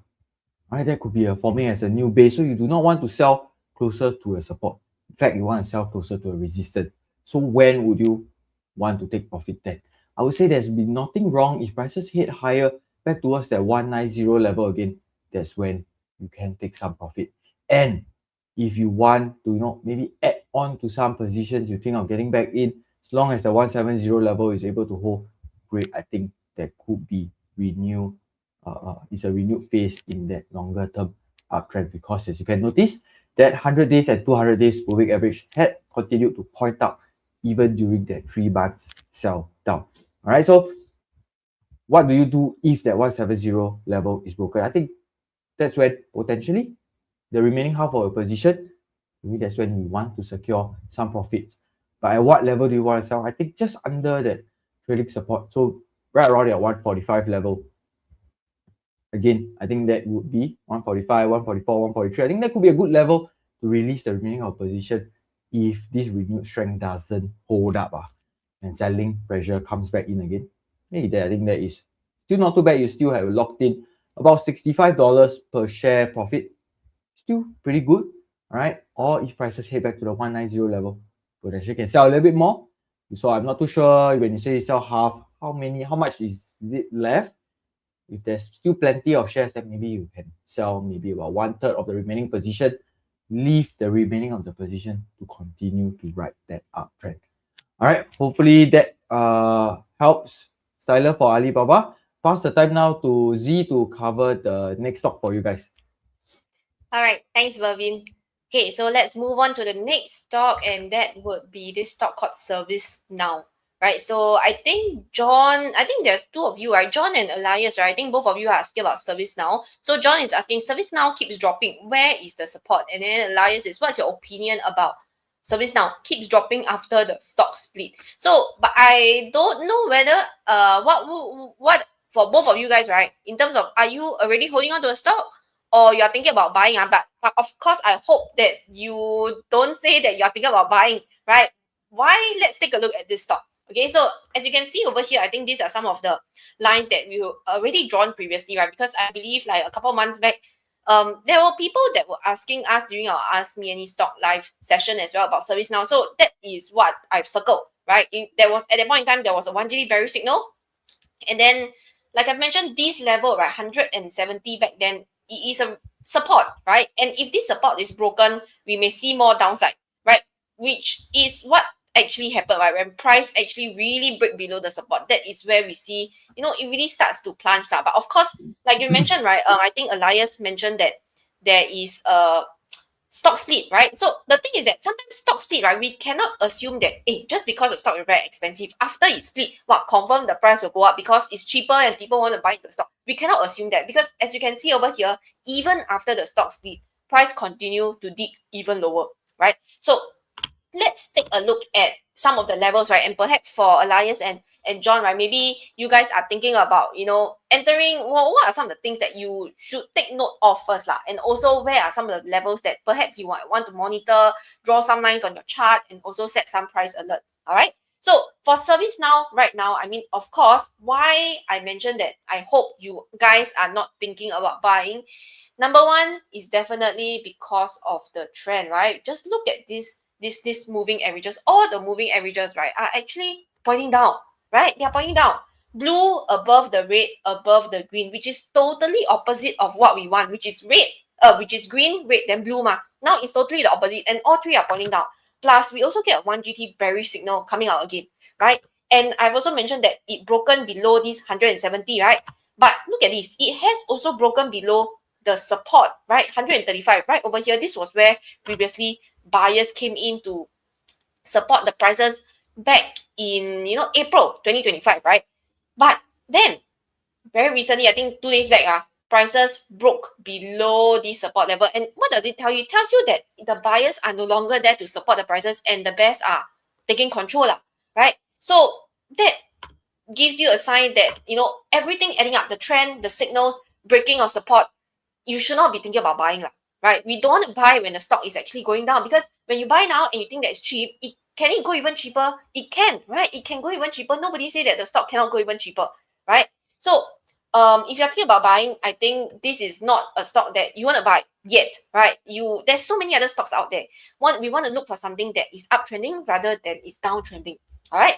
And plus, furthermore, if you take a look at this right over here, you can see that the earnings result is actually coming up pretty soon as well. So that could actually add more volatility to this stock as well, especially so if you are not someone who risk appetite is very big, and then if you want to avoid the stock, right, during earning seasons or when the result is coming out, that's also fine, right? That's also fine, right? But the next support. So to answer John's question, right, when it keeps dropping, where potentially is the next support? So next support, if we were to look back, based on the previous price action, it goes all the way back to even 2023. You can see right over here, right, this was a resistance, right, back in 2023. It broke above the resistance. Ever since then, 2023, it was holding above this level, right, which is 120, right, 120. So now that if price continue to stay below this 135, I think the potential downside that we are looking at is back towards this 120 level right over here, right? And I'm not too sure if buyers will return, but I think main thing now is, if you are thinking about buying into this stock, not at this point in time, right? Because at least we want to make sure that the trend is actually pointing back up, not going down, right? Not going down, because if prices were to go even lower, right, like so, maybe it can consolidate and it can go even lower and break below this 120, right? Then this is where you might not want to even push this stock in your watch list, right? Because the stock is weak, right? The stock is weak, and you don't want to think about buying a weak stock. Okay, so that would be for ServiceNow. John and Elias, I hope that gives you something to think about. And I hope that you are not thinking about buying into this stock just because it is cheap and you want to hold, because it can go even lower, right? If supports are broken. Okay, so that would be for ServiceNow. I will pass the time back over to Joey to actually cover the next stock. All right, thank you so much, Z. Let's move on to the next stock, and I would say that would be I think one of the very popular stock as well. I think that's asked by Kunav as well. I bought Google at 250 and holding. All right, how much upside? So very good, right? Kunav, you're saying that you bought Google Alphabet, right? GOOGL at 250. Now it's 332. So not too bad, right? I think you got in somewhere around September, right? Over here, started to push up. Well, I'll come to talk about Alphabet in just a bit. But I think some of you are asking about the book, right? So by the way, guys, as I said, we have just given you guys the link to secure the book, One Good Trend Secret. So I can see the numbers are running. My team is telling me that, it is coming in fast. So just be quick, because as I say, if we sell out, it will be probably another 5 months, 6 months that we might, reprint again. This is not really my full-time job to sell books, right? I'm not really a bookstore, but we have this book, only a few copies. So the link is right in the chat. Click on it if you have not yet got a copy yet. I think some of you have already mentioned that you've got your copy. Let me go to pull out like Spy. I have the book but no time to read. Okay, maybe you got it in last year. Yen, LOL, Heng, I already got the book, a very insightful read. Awesome, glad that you have read the book. Let's see, Nigel, is the book priced at $19.95? Well, the answer is yes. So basically, guys, the book is free, right? I just need your help to cover, if you're in Singapore, just to help me cover the small printing and postage fee. Printing and postage fee, which is like $19.95 if you're in Singapore. If you're overseas in Malaysia or any other countries in the world, right, it'll be $29.95 just to cover the small printing and postage fee. We don't actually earn anything from the book. After minusing the printing and the posting costs, right? So help us cover the small printing and postage costs. You pretty much get the book for free. And not only that, you also get more than $7,000 worth of bonuses just for getting the book, right? More than $7,000 worth of trainings, bonuses, all right? Just for getting the book. It's all in the members area that you actually have access to just for getting the book, right? Okay, let's see. Glenn, I bought the book during the launch. Awesome. Reading it before the bootcamp helps me in understanding the course easier. Very good, right? I'm glad that you got the book, Glenn, and also attended our bootcamp as well. For those of you who want to find out a bit more, well, you get the book, but if you want to see me do it live, right? The book is whereby you get it, then you can read at home. When you read it, up to you. It's more for you to hold it and read it, right? But if you want me to show you live about the entire, strategy, the One Good Trend strategy, how perhaps, we have been, using a tool like this One GT Pro indicator, we can turn it on and off. Perhaps you want to have access to the very same tools as well. Or you can attend a free webinar, right? Attend a free webinar where we have one last one next Tuesday, right? Pretty much the first few beginning of the year, right? So next Tuesday, 7:30 p.m. on the 20th of January, right? Link is right in the chat. Let me just get my team to place the link in the chat again. So next Tuesday, 7:30 p.m. with a webinar whereby it's not a book, that's a real webinar, whereby you can see me break it all down for you live, the whole strategy. How do we actually filter out and sieve out the top 1% of stocks as well? All that will be shared with you in the webinar. All right, and I look forward to sharing more with you next Tuesday as well. But if not, get the book. The link is in the chat, all right, and before it runs out, and we probably not do a reprint anytime soon. Okay, Ken?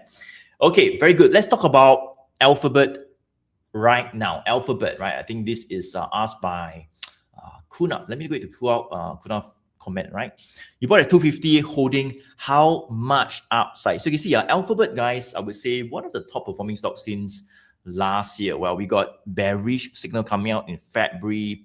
In March, we got another bearish signal. So as I say, I think this is what we've been repeating. When we get bearish signals, it doesn't mean it's going to crash, but it just means that we are seeing some heavy selling, right? Especially if there are a few other confirmations that it is going down. Like, the green line, obviously from February to like April, not 1-2 weeks, for like 2-3 months, it has been going down, right? Plus the bearish signal come out. Right? Then you can buy for what? Right? Don't buy. Be patient. You wait for the stock to show the cards, to show the signal. You get back in, right? And you see in April, pump, the first signal, the second one, all right? And it went up even faster, right? And over the past 1 week, it seems like we got a third one coming out. Does it make sense, All right. So you bought Google at 250. Great. I mean, if you have got in over here at 160 when the first bullish signal come out, even better lah. But never mind. I mean, you got in at 250, which is like over here, you still make money. I mean, you still make money. I mean, it's gone up a bit more already. But you could see that if you have got in earlier, all right. And how do you know when to get in earlier? Well, if you have the strategy, if you have the tools that we have, right, to alert you to get in when the time comes, right, that's where you could make even more profit because you are timing your entry before the crowd, before the waves of people are coming in. You have already locked it in, right? Why? Because you got alerted to get in first. Does it make sense so far? All right, you got a signal to alert you to get in first, and then by the time you get the second signal, that's when most people get in, and that's where we move up even higher. But your profits would already have been locked in by the time people come in. Does it make sense so far? All right. So let's take a look at Alphabet. You can see that over the past 1-2 weeks, well, we have attempted to break this, I would say, level right over here. I think that would be somewhere around that 325, 330.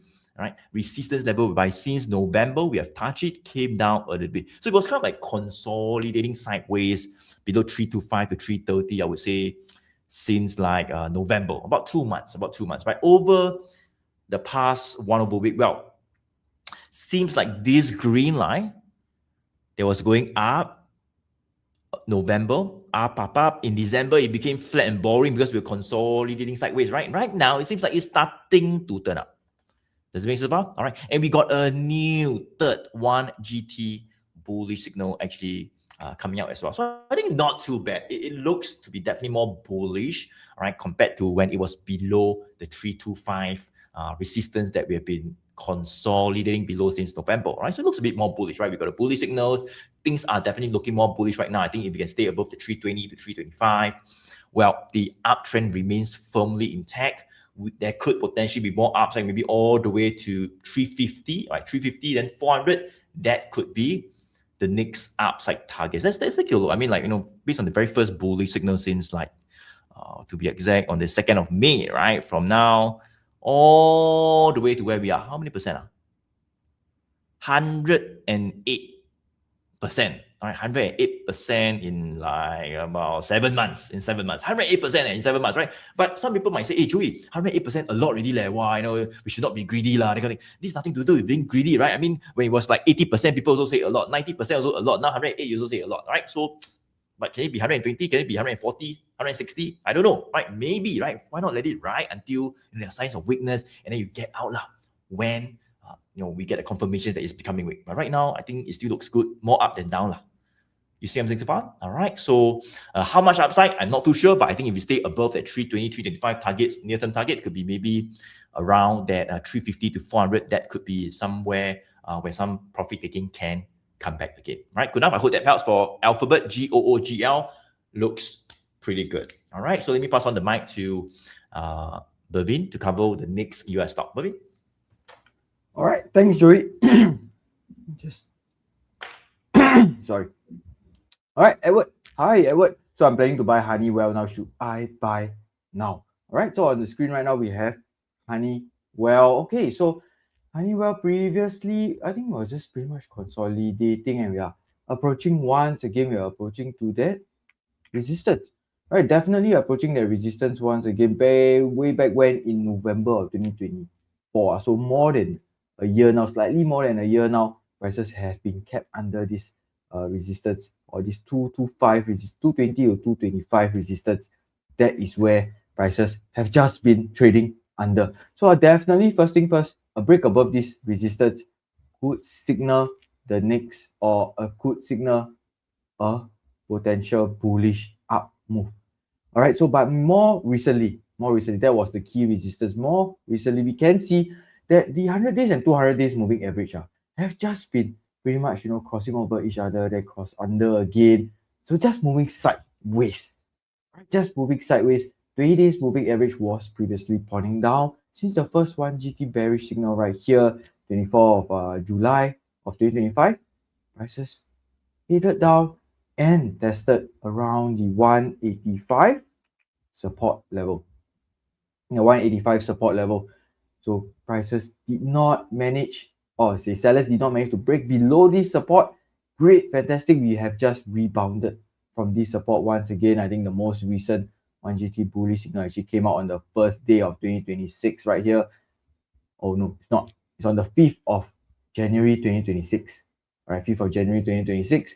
And we are now relatively close to that resistance once again. So Edward, I think usually we do not like to buy just under a resistance, just under a resistance, because that is where potentially sellers could indeed come back once again. You don't want the same situation when you got in last time in July. For example, we got in July, prices started to tumble down again. I think what you want to wait for would be that a little bit more confirmation. A little bit more confirmation with what? I think prices or the 100 days moving average crossing above that 200 days moving average would be the first one to actually look out for. Second one would be, of course, the 20 days moving average extending upwards even more. So we'll then have the green above the red, above the blue moving average. And I think that could be a good sign that yes, we are potentially heading into a new phase. Right, so I think the temporary support could be found right around the 210 level as well. That will be a temporary support. So I think if prices are able to break above that 225, I would set some alerts. I think the next up phase could be, next leg could be towards that 240 level, the 240 level. So I think you have to be maybe just a little bit more patient. We have the first signs of a reversal, a potential breakout already, but why not wait for that breakout to indeed happen first, then potentially getting in for the next upside. We do not want to get in and then prices pull back towards that 187, 185 level again, then you may end up stuck, right? Wait for maybe potentially one more 1GT bullish signal or that breakout to happen. And I think potentially you are good to go from there. Yeah, just have to buy a little bit more expensive. So that's something for you to consider. Okay, so I'll pass the time now to Z to actually cover the next stock for you guys. All right, thanks, Bervin. Okay, I think we have not done a recap, so maybe I'll just do a very quick recap first before I proceed on to the next stock. Okay, so for those of you guys, who are thinking about asking certain stocks, right, and you realize that we have covered it earlier on already, don't worry, right, because that is where, you can actually watch the replay once this video, once this live show is done, right? Okay, so Joey first started off with the market updates with the SPX and then followed by the DJI. And the very first stock that he covered earlier on just now was Monolithic Power System, MPWR, right? And then Bervin covered the second stock, which is Visa. And I covered the Digital Realty Trust, DLR, right? The next stock is Microsoft, followed by Silver, which is iShares Silver Trust. And then we have Oracle, followed by IonQ. And that would be the seventh stock. The eighth stock is Meta Platform, right? And the ninth stock is Gilead Sciences, right? And then Joey actually covered Goldman Sachs. That is the 10th stock. The 11th stock is Alibaba. And then I covered ServiceNow, right? And Joey covered Google. And Bervin just covered Honeywell, right? And that is the 14th stock for today, right? So right now, I'll go ahead to cover the next stock, and that would be this stock called AVGO, right? And I think Pauline is actually asking about AVGO, right? You mentioned that you bought AVGO at about 354 a few days ago. Can comment on the current trend. Sure, let's take a look at AVGO and see what are some of the levels that perhaps, Pauline, you might want to set some price alert on and also to take note of, right? Especially so since you are having a position now and you bought at 354. Okay, so I'm not too sure what is your trading plan. Do you already have like a target price in mind? Do you have a stop loss price in mind? I'm not too sure. What's your trading plan? If you are here, you can share them with me as well. All right. So let's take a look at the trend first, right? For AVGO. For AVGO longer term trend, I think longer term trend doesn't seem to be quite worrying. Like it's okay lah, because red and the blue line is actually sloping up, right? And short term trend wise, short term, we can take a look at this, right? From September all the way to December, it's kind of flattening out, but it is still generally sloping up, but flattening out, right? Not as steep as previously, lah, of course, right? And then that was somewhere in December, we start to see it pointing down, right? We start to see it pointing down. And we also got two consecutive 1 GD bearish signal. But if I were to zoom in very closely, maybe you guys can see better like that. Can you see that at least right now, the 20 days moving average, right, has started to flatten out and head sideways. It stopped pointing down already. Previously, it was like pointing down, right? But now it is just heading sideways and really flattening out, right? But the longer term trend still look okay, right? It still look okay. Okay, so now we know that the short term trend flattening out, stabilizing, longer term trend still positive, right? Still okay. Then we want to know where is the support and where is the resistance, right? Because I want to know potentially where will buyers come in to support and where is sellers present, so that, you know, maybe you can consider to take some profits as well, right? So support level wise, it is very, very clear that, you know, one of the support level, right, and the very crucial support level is at this $320, right? This was where previously it was actually a resistance back, you know, this period, right, in August and September, and then earnings result came out, right? Market absorbed the news, price gapped up, right? Price gapped up. And of course, when price gapped up, profit taking actually happened, pushing price back down, right, to retest this level, which is the 320, and retesting it as a support. Now it's no longer resistance, it's a support, right? And again, buying pressure came back, push price back up. Again, profit taking happened, came down, neared it, retested it. And once again here, right, the most recent one was somewhere in the middle of December.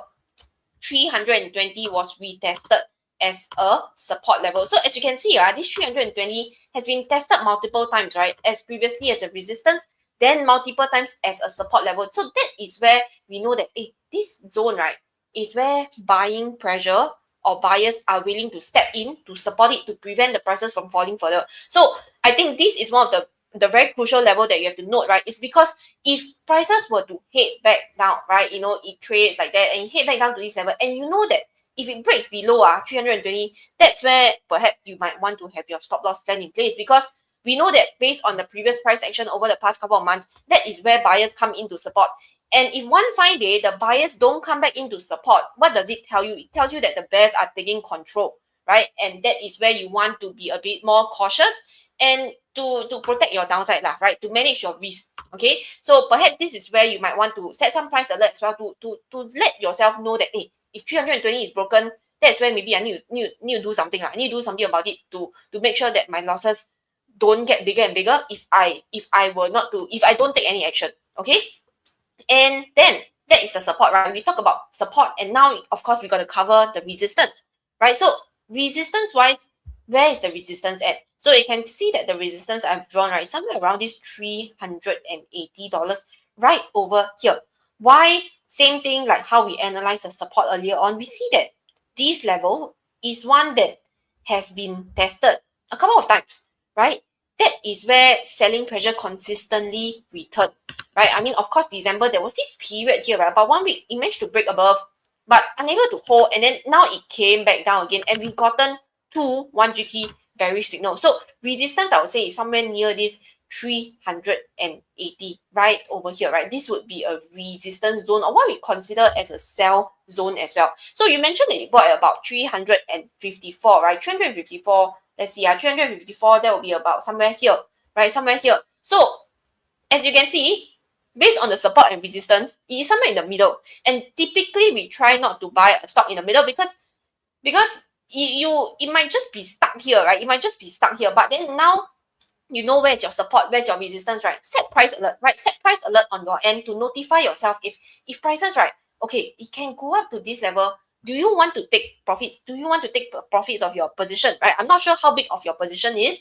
Perhaps you want to consider taking partial, full, that's fine, right? Because I will want to reiterate there's nothing wrong to take profits near the 380, right? But of course, the more important thing is to manage your downside. If prices is unable to hold, right, and it goes down to 320, test it, buyers don't come back and support, and it breaks down below this 320, then have your stop loss plan ready to get out of the position, right? Because we don't want a situation whereby you don't do anything and you continue holding, and your losses get bigger and bigger, right? And trend could start to then reverse towards the downside, right? We don't want that, right? So have a target, have a stop loss, and let your trading plan let your trading plan, right, be something that you have discipline in to have enough discipline to actually follow through your trading plan, so that at least you don't get too emotional if prices were to move up or down and you don't know what to do. Okay, so these two levels, maybe that is something that you want to take note of. Draw some levels on your chart, and I hope it helps in terms of giving you some clarity lah, and to help to formulate and to firm up your trading plan even more. Okay, so that would be for AVGO. I will pass the time back over to, I think, Joey to cover the next stock. Okay, thank you so much. All right, Z, now that's great to cover. Okay, so we have covered a total of like 15 stocks already, right? So very simple, guys. You can see that in the chat, right? First of all, there's more than 50 over US stocks, right? Our apologies, guys, if we cannot cover like all the stocks. I think so far we've covered about 15 stocks. There's like 50 over, right? So we're trying our best to go through as many as possible. All right. Now let me go ahead to just share my screen right now. Okay, and very simple, right? We will just go through maybe one more round, right? Team, can we just do one more round, right? Just one more round, right? Since today we're doing the book launch, let's just do a little bit longer, all right? Let's just do one more round, and then at the end, right, each of us will share with you one bonus US stock that you can put in your watch list. So perhaps some of the stock that you guys are asking about, we will definitely not choose it. Why? Because it might actually be the bonus stock that we want to share at the end with you, right? So we will not like cover 2 times now. So we will purposely skip your stock. So I'm not too sure, right? If yours is the bonus, but if we missed it, then maybe yours is the bonus one at the end. Right? So make sure you stay all the way to the end, all right? If you want to know what are the stocks that we like, what are the stocks that you could potentially write even more upside, all right, as we head into 2026 more, right? Okay, now let's go to cover the next stock that is asked by Edmund. All right, Edmund, I hope you're over here, right? Edmund, what about Netflix? NFLX seems to be on a downward trend right now, right? So I'm not too sure for Edmund. Are you looking to buy? Maybe you can just type in the chat, Edmund, if you're looking to buy or to sell, or maybe you've been holding on to it, or you're looking to get in now. All right, just type in the chat. I can wait for a few seconds. If you're over here, just let me know. Or if not, I'll just go ahead to just analyze it, right? Okay, maybe you can help Edmund out, right? For Netflix, guys. Do you think for this stock Netflix, right, based on what you are seeing right now, of course, I mean a bit of cheating, like I already turned on the signal, right? But right, you already can see it. But okay, let me just turn it on since I already on it. Let's turn it on. Okay, help me out here. For this stock Netflix, do you think we should buy? Type B for buy or type N for no? B for buy, N for no. Let me know, guys, in the chat, right? B for buy, N for no. That means don't buy, right? What do you guys think about Netflix right now? Buy or don't buy? Based on what we're seeing right now.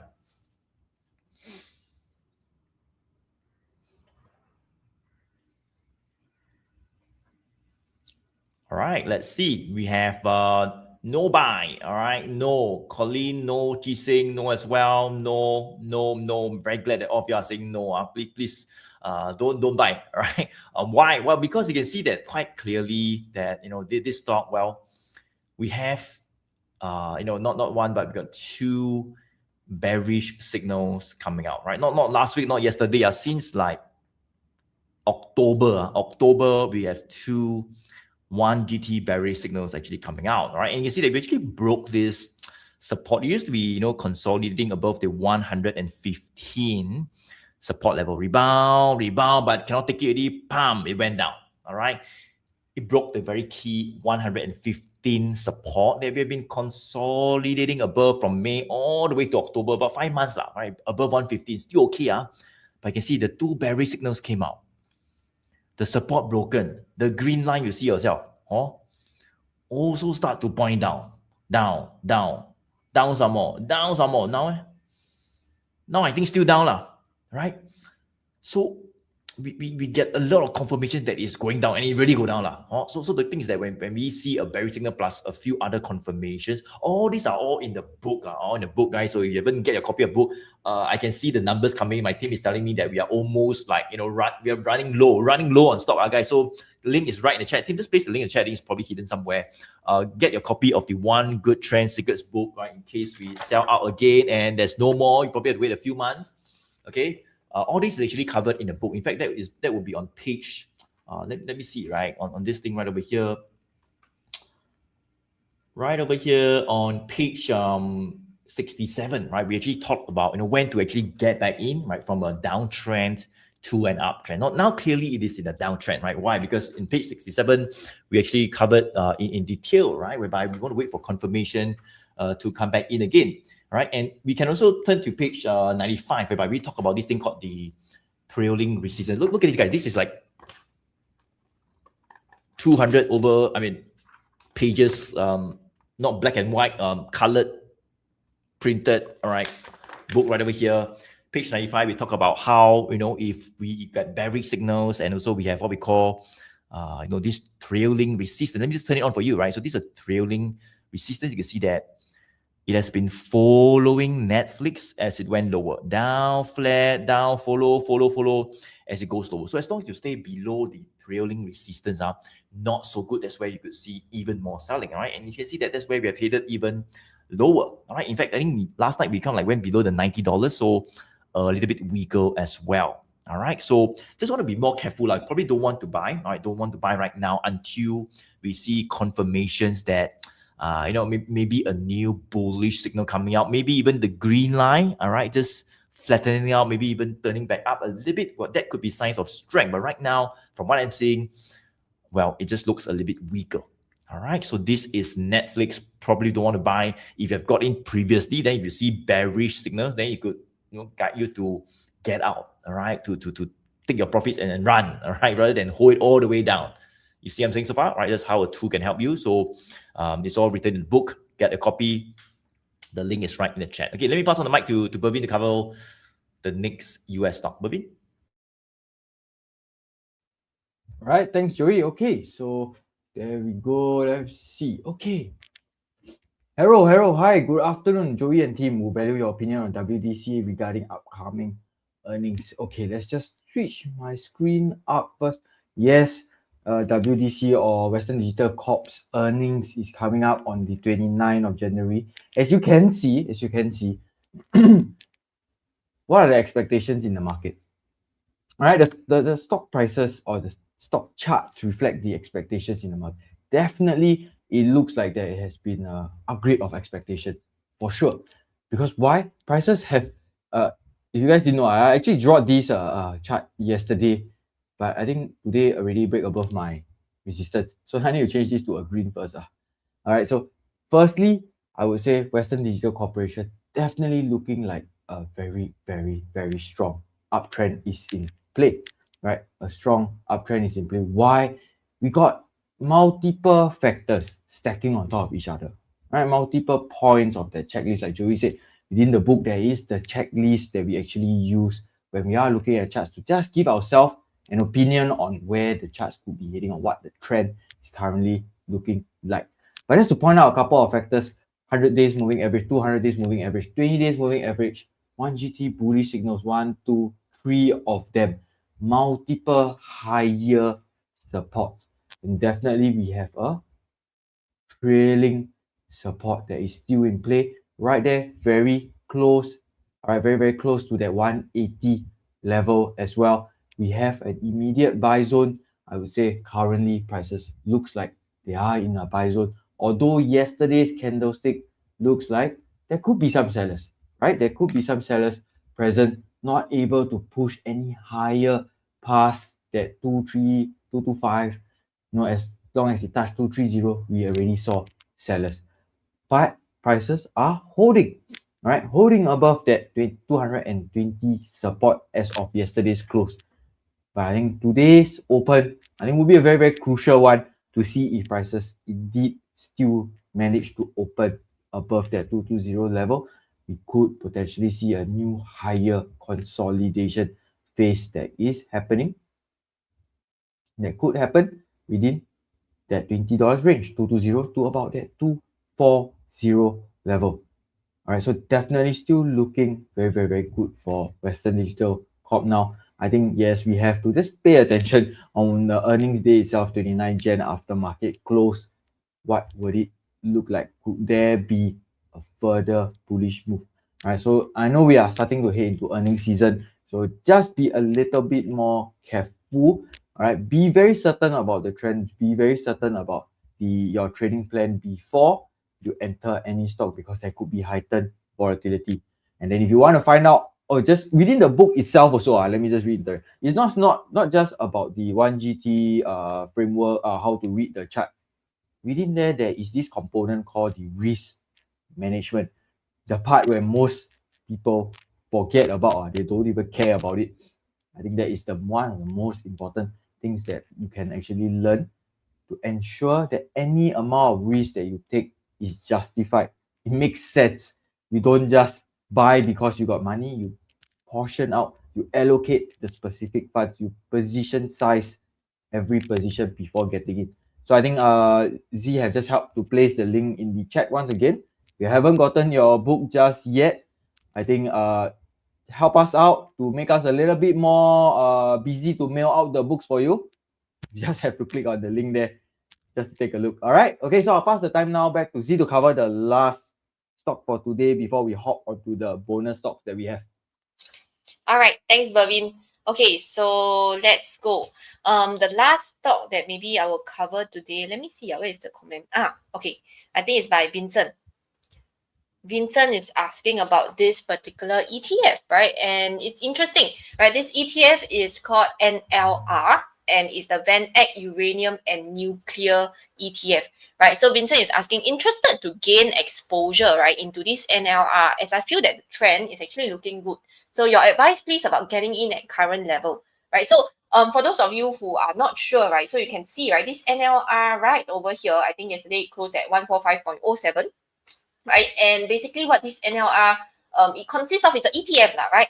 And it is mainly about uranium miners, right? Uranium miners right over here, okay? So, the thing is that, you know, uranium, right, it is not considered like a precious metal, right? Precious metals are things like gold, silver, platinum, palladium. These are precious metals whereby they have high economic value, right? And some people could use it as an inflationary hedge, lah.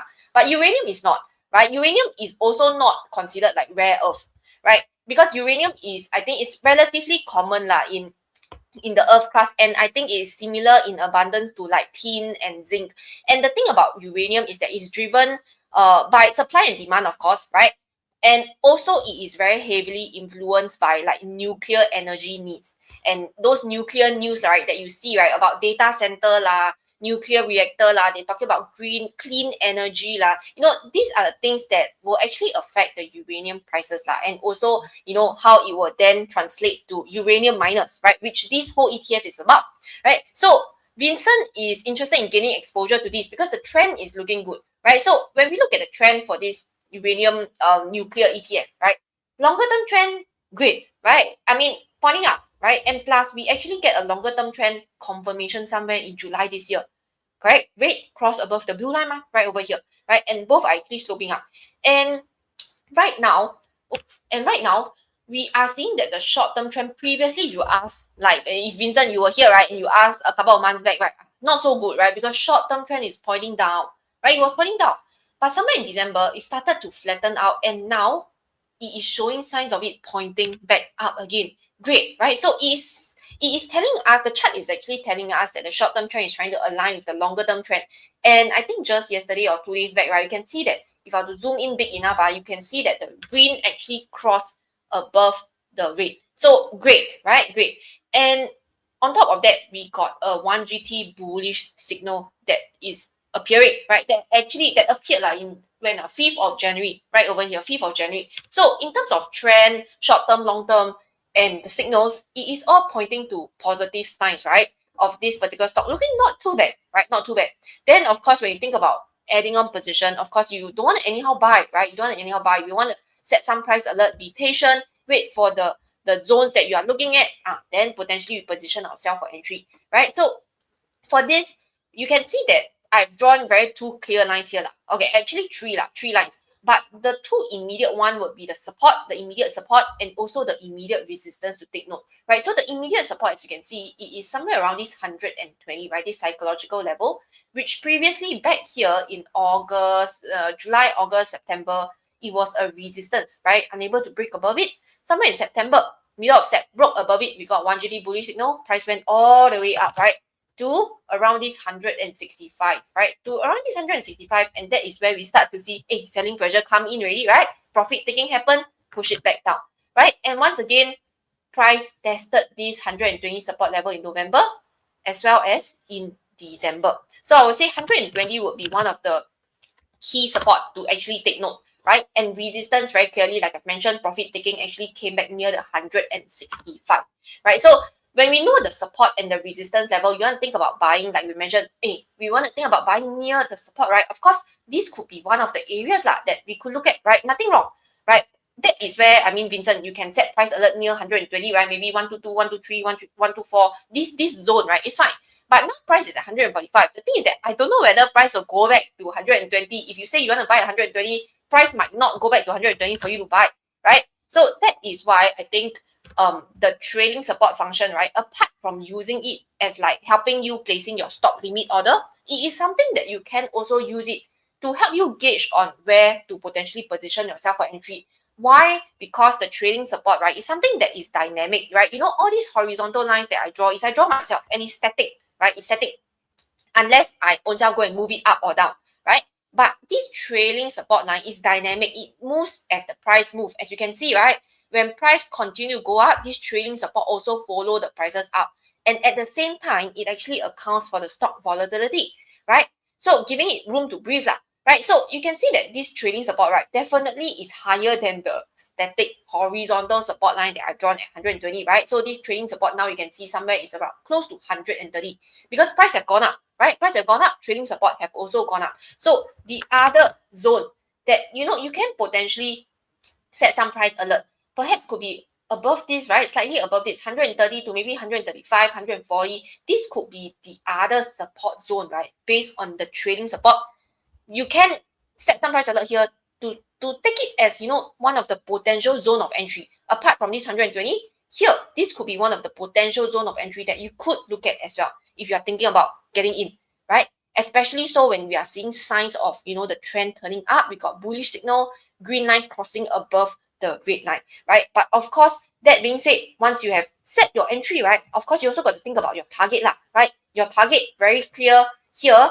It could be close to the resistance, right? Because like always mentioned, right, nothing wrong to take profit near the resistance, right? Especially near the 160, 165. This is a resistance zone where previously we indeed see selling pressure returning, right? So resistance, support level, entry, exits, right? As simple as that, right? And that is where, you know, you can really formulate a trading plan with this, right? And I think if you are thinking about like trading plan and you want to be even deeper into like, hey, how do I actually craft a trading plan? What is a solid trading plan? I think that is where the book really helps because I think there is also a chapter, right, about formulating a trading plan, and there are examples inside on how do you actually really formulate a trading plan with the entire 1GT framework. Okay, so Vincent, I hope that gives you some idea as to, you know, where can you potentially set some price alert to take note of, and you know come up with a trading plan, right, that can actually help you together with this like 1GT framework. Okay, I hope that helps, and I think I'll pass the time back over to Joey, so that, you know, we can kickstart the bonus stock for today, right? Because I think many of you are also thinking about, hey, what is our bonus stock, right, for today? Yep, back over to you, Joey. All right, thank you so much, Z. All right, let's move on and let's cover. So thank you so much for those of you who have stayed with us all the way to now. So we have covered a total of like 18 of the US stocks that you guys are asking about. I hope that we have covered as many as possible. Same thing, my apologies if we are not able to cover all the US stocks. There's more than 50, in fact, more than 60 over US stocks. And I did a quick count, right? So you can join us in next Friday, AMES. So next Friday, we'll be back to the Singapore market, right? Next Friday, then we're back to the US. So every Friday, we go live, we alternate between the US and the Singapore market. So hope to see you live next Friday at 10:30 a.m. for our next AMAS session, right? Okay, now let's go to talk about the bonus stock right now, okay? And this will be the I would say the bonus stock I'd like to share with you guys today. And that would be Morgan Stanley, right? Morgan Stanley. Let me just go to hide just place the banner up, right? So you can see Morgan Stanley right here trading at $191.23. So this stock, Morgan Stanley, has been in my watch list, I would say, since like last year, since May. All right, you can see that we have actually a couple of bullish signals coming out, right? Before that, in February, March, April 2025 last year, where we got 3 bearish signals, right? So the longer term trend was up, but we got bearish signals coming out. In the short term, it was just going down and down and down, right? So we don't want to rush. We want to wait for the short term trend to also turn back up. And not only that, we also want to wait for bullish signals to just give that added extra confirmation. It did come in May, all right? And after that, in August, pump, two more. In November, pump, one more. And we have started moving up, all right? Right over here, all the way to now, that would be about a 68%, all right, in about 7 months. Quite okay, right? So sorry, you might ask me, Joey, this stock already moved up from May, didn't it? I mean, from May, already got up 68% to now. You sure can, man? I mean, it already go up already, right? Why didn't you tell me earlier? Actually, we did, covered and shared with our subscribers, our graduates as well, this stock, but it's really gone up, right? That's the fact. The point here is that as long as, there are no signs of weakness, as long as all the confirmations that we are seeking is still pointing up. That's what we call the confluence of many factors. All right? In fact, not many factors, right? We have what we call a 7-step checklist that we actually go through before any entry and exit, right? So as I say, all this is part of the book, One Good Trend Secrets. I don't have time to explain to you today, right? So it's always part of the book. We are running low on stock from what I see right now, all right, based on the number of orders that we are getting, right? So we might be selling out. The page is still working, then it's fine, right? But if the page is no longer working, then I'm sorry, right? Then it's correct. That means there's no more stock, right? So up to now, I think the page is still live. Let me just check my team. Yep, it's still live. So go ahead to scale your spot. Get the book, onegoodtrendsecrets.com. That's where we pretty much list down the entire 7-step checklist and what we look out for, right? But the point is this, right? As long as nothing is looking bad, right? It's still looking positive, right? And you see right over here, we are even attempting to break the 190, last night, all right, to push even higher, right? Support-wise would be maybe about $180. You can see short-term trend, the green line turning up, red and blue, the one has been up since last year. Support 180, we are even attempting to break the 190. Now, another confirmation would be this trailing support and resistance. You can see right over here, right? Okay, let me just go to turn off the moving averages so it's a bit clearer, right? So you can see that for Morgan Stanley, well, we got another confirmation as well, such that the trailing support level popped out somewhere in May when the first bullish signal actually appeared, right? So what is a trailing support? All that is all in the book, it's all in detail, right? But essentially, a trailing support is one whereby it follows a stock as it moves up, right? But you don't follow too closely. You give it the space to breathe. You account for any volatility allowance, right? And as long as you stay above the trailing support, you're still good to go, right? In fact, right now, we're still above it, right? And you see a couple of times we neared it in July, we push away. Somewhere in October, we neared it, we push away. Somewhere in November, we neared it, we push away. So this trailing support, just by being above it, right, we're giving it the space to breathe, right? If you're above it, you're strong. It's another confirmation, right? So far, everything looks good. In fact, as we move up, I think this trailing support will continue to follow it to move up as well, right? So that would be just another confirmation apart from the bullish and bearish signals, the moving averages on the trend as well. It just looks a little bit more bullish. So target could be 200 first. I think 200 will be where perhaps a little bit of a consolidation might happen below it for a while. If 200 gives way, well, it could be $220. That could be the next upside targets for Morgan Stanley. All right, so all that is the book. Grab a copy if you have not yet secured your spot. Secure your copy because we're running low on stock. Limited copies. We only have a very small print batch this time just to get it started because it's a new year. People are asking about it, so we thought why not just do a very small relaunch. All right, okay, so that's Morgan Stanley, the first bonus stock for today by me. Let me pass on the mic to Bervin to share his bonus US stock for today. Bervin, go ahead. All right, thanks, Joey. Okay, so let's go. My bonus stock for today actually is not new lah. It's not new. It has been something that we have been covering for a while now, and it looks like there is some strength or some buying interest actually coming back again for it. All right, so my bonus stock would be GE Aerospace. So Joey covers something that is financial. This is something that is more on the industrial type of things. All right, so previously when we covered this stock, their prices were testing the 320 level, right? The 320 resistance level right there, and we had a 1GT bullish signal. But the prices break above the 320 level. Obviously, it did not. All right, we were met with sellers, and selling pressure actually picked up and pushed prices back towards the 280 level. All right, the 280 level. You can see that the 20 days moving average also rebounded from that 100 days moving average, rebounded from that red line, and there we go. We have two new 1GT bullish signal that had actually showed up towards the end of last year. Okay, and prices broke above that 320 level. So okay, target achieved. First target achieved. So where do we head towards now? All right, why is the potential target? I have drawn the upside towards that 350. 350 is the new resistance, the new target. This was by previously roughly around that same range. All right, roughly around that same range. Was just projecting up a little bit to that 350 psychological level. Currently, as of yesterday's close, prices are still within that buy zone, very close to that 320 level. 320 to 325, just trading within that range. All right, so prices are very, very close to that 20 days moving average as well, which is currently pointing up. All right, so I'm not too sure whether it's going to be testing that 350 anytime soon, or it's going to find interim resistance anytime soon anywhere.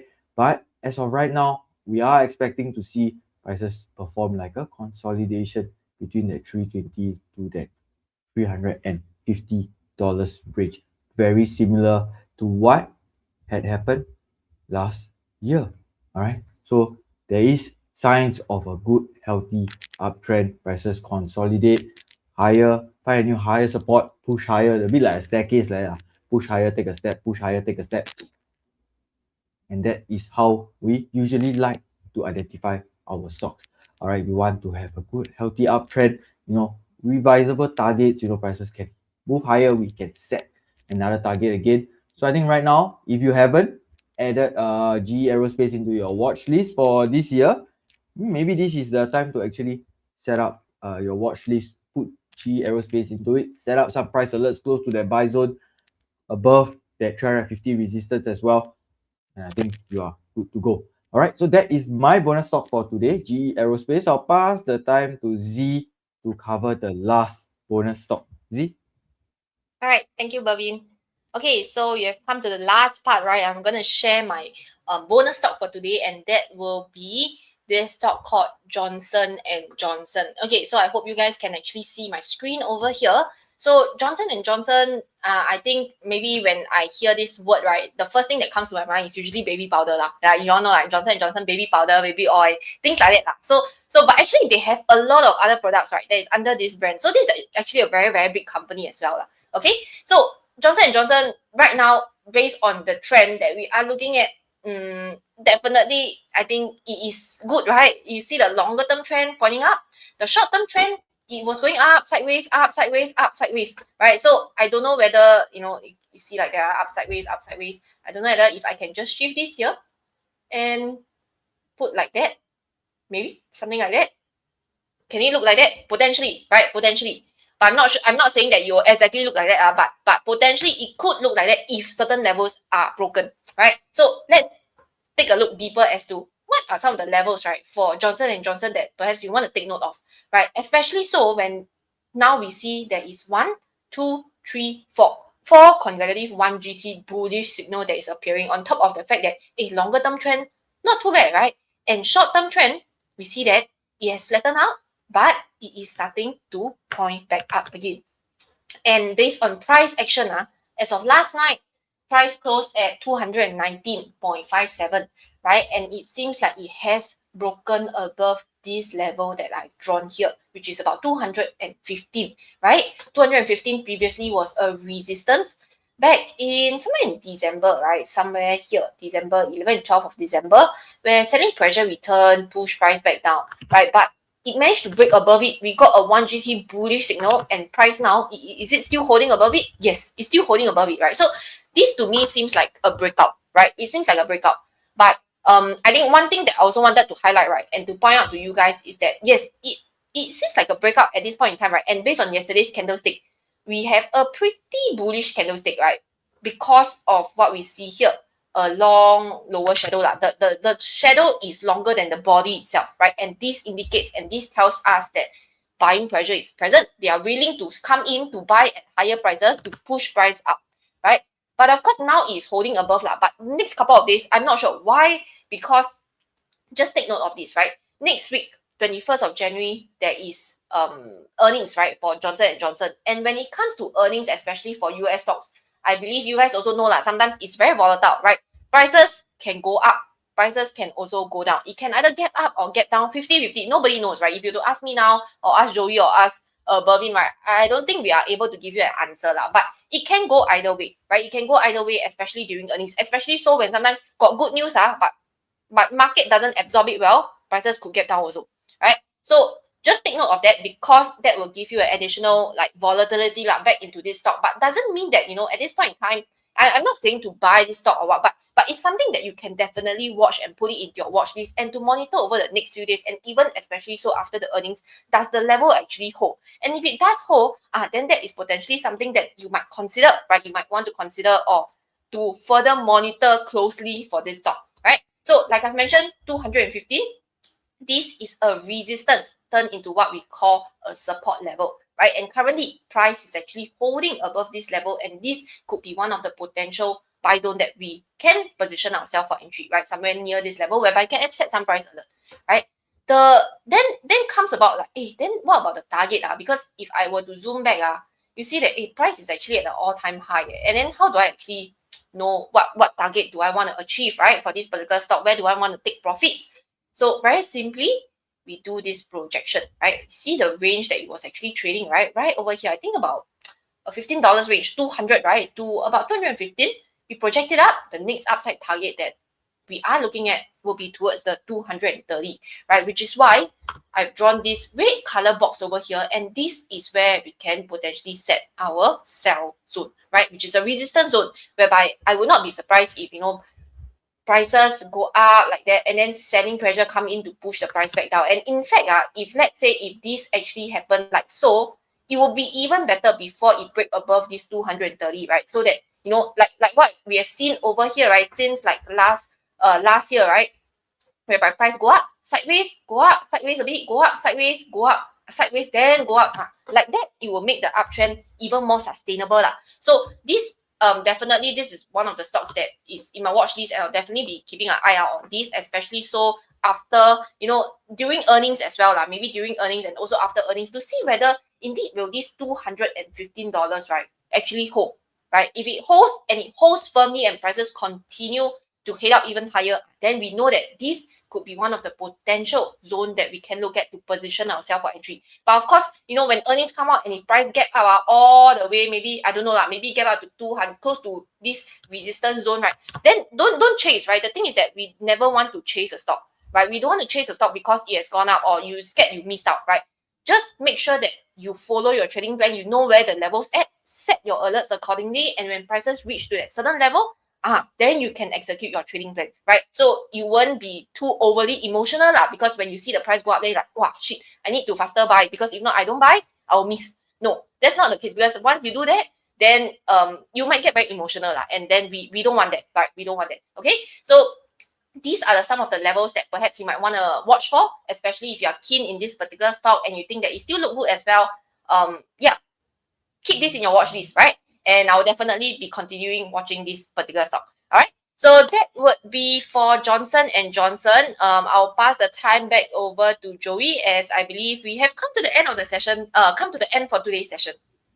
All right, thank you so much, Z. Yeah, so that's it, guys. I think we have come to the end of today's Ask Me Any Stock session. Yes, thank you so much for joining us, guys. I would say that we have covered a total of 18 over stocks. We have shared with you guys 3 bonus stocks. I shared with you guys this stock called Morgan Stanley. All right, that's the first bonus stock for today. Put in your watch list, not too bad. Bervin covered on this stock called GE Aerospace, and Z just covered on Johnson & Johnson. Very strong uptrend. There could still be a lot of upside momentum continuing as we head into 2026 as well, right? So I've seen that a lot of you have got the book, right? Those of you who have not yet secured the book, let me just go and see, right? I think we have like Gary ordered, looking forward to it. Nigel, I've ordered a book and the audio as well. Awesome, right? So if you would like the audio version, well, it is on the page as well. You could edit for a small fee, right, to get me really reading every single word on the book live as well. It's all in the page, onegoodtrend.com /secrets-book. All right, link is right in the chat. So we only have like a couple of copies left, guys. So just be a bit, in case the page is taken down, that means we have sold out. All right, so we're still live right now. So link is right there. Thank you so much for joining us in our AMAS session, a little bit on the book launch as well, which we have sold out in October. Now we are beginning, it's a new year, so hopefully you guys can get a book and read about it. And if you want to find out more, you can join my webinar as well. So next Tuesday, 7:30 p.m. on the 20th of January, 7:30 p.m., we will be having a webinar, all right? And that is where I can't wait to share with you guys about the entire One Good Trend strategy as well, right? One Good Trend strategy as well. And also the contents in the book live, actually break it all down in terms of the 7-step checklist as well. All right, so this is the book. All right, this is the book. Link in the chat. Secure your copy before we run out again. All right, you might have to wait a couple of months, right? So, Vinzi, anything to add? All right, so yeah, so like Joey have said, yeah, so there is one webinar that is being held next week. All right, so that webinar, I think Joey is going to dive a little bit deeper into the 1GT framework, but I think take some time. I think just someone was asking, I was trying to look for the question. They were asking when is the webinar? The webinar will be held on Tuesday. All right, Tuesday 7:30 p.m. sharp. Joey will start. All right, so just do make sure sign up beforehand. You know, secure your seat, secure your slot in that webinar as well. All right, so you haven't gotten the book. If you haven't gotten the book, haven't got a chance to read the book, rest assured that you know Joey have showed hand. All right, I always use the word showed hand in his book. So that means everything in the 1GT framework is there in the book, printed for you. You want to highlight, you want to dog ear it, you want to put bookmark, up to you. So I think this is the chance, because last year when we sold out, a lot of the clients came and asked, got one more spare copy, you know, and then I think Joey had to go and dig out his own copy from somewhere to go and deliver to the client. Well, that one was quite funny. Yeah. Okay. So please let's not have that happen again this time. So right now the book I think still available.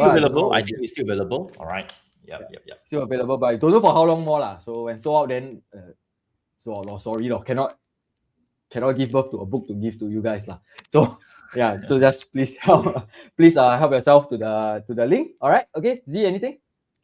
No, I just wanted to add on to Bervin, right, saying that Joey has really showed hands. I just wanted to let you guys know exactly how many chapters are in there, right? There's total of 14 chapters, and every chapter, right, is really like nuggets. It's like nuggets of gold, right? That's in there, whereby there are things whereby we already highlighted for you to know, like key pointers, key things to take note, common mistakes and things like that. So I think it's something that is really very valuable lah. Yeah, really very valuable, and something for me myself, when I learn something new or when I want to find out about something new, it's always good to have a hard copy so that I can take notes, I can highlight, I can write lah. So I think that is the reason why this book, I think for us, is also something very special, something that, you know, we have spent so much time, especially Joey, right, time and effort to really go and write this book to make it easy for everybody to understand. There's no like difficult words or like very chim words in there, like, you know, you need to go and Google and things. No, nothing like that. It's very simple, easy, understand to follow, and it's something that is very repeatable and something that you can apply on your own,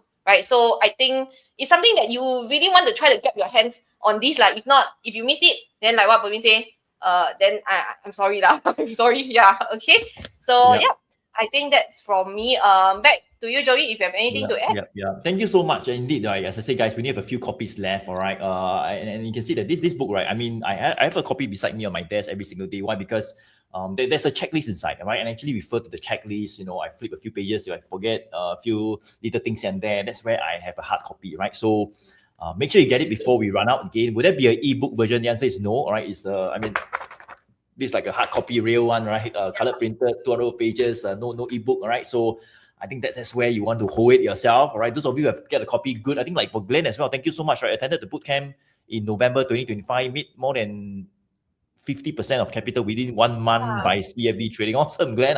I'm not too sure whether you got a book yet, but I'm glad that you attended the bootcamp. You learned something as well, all right?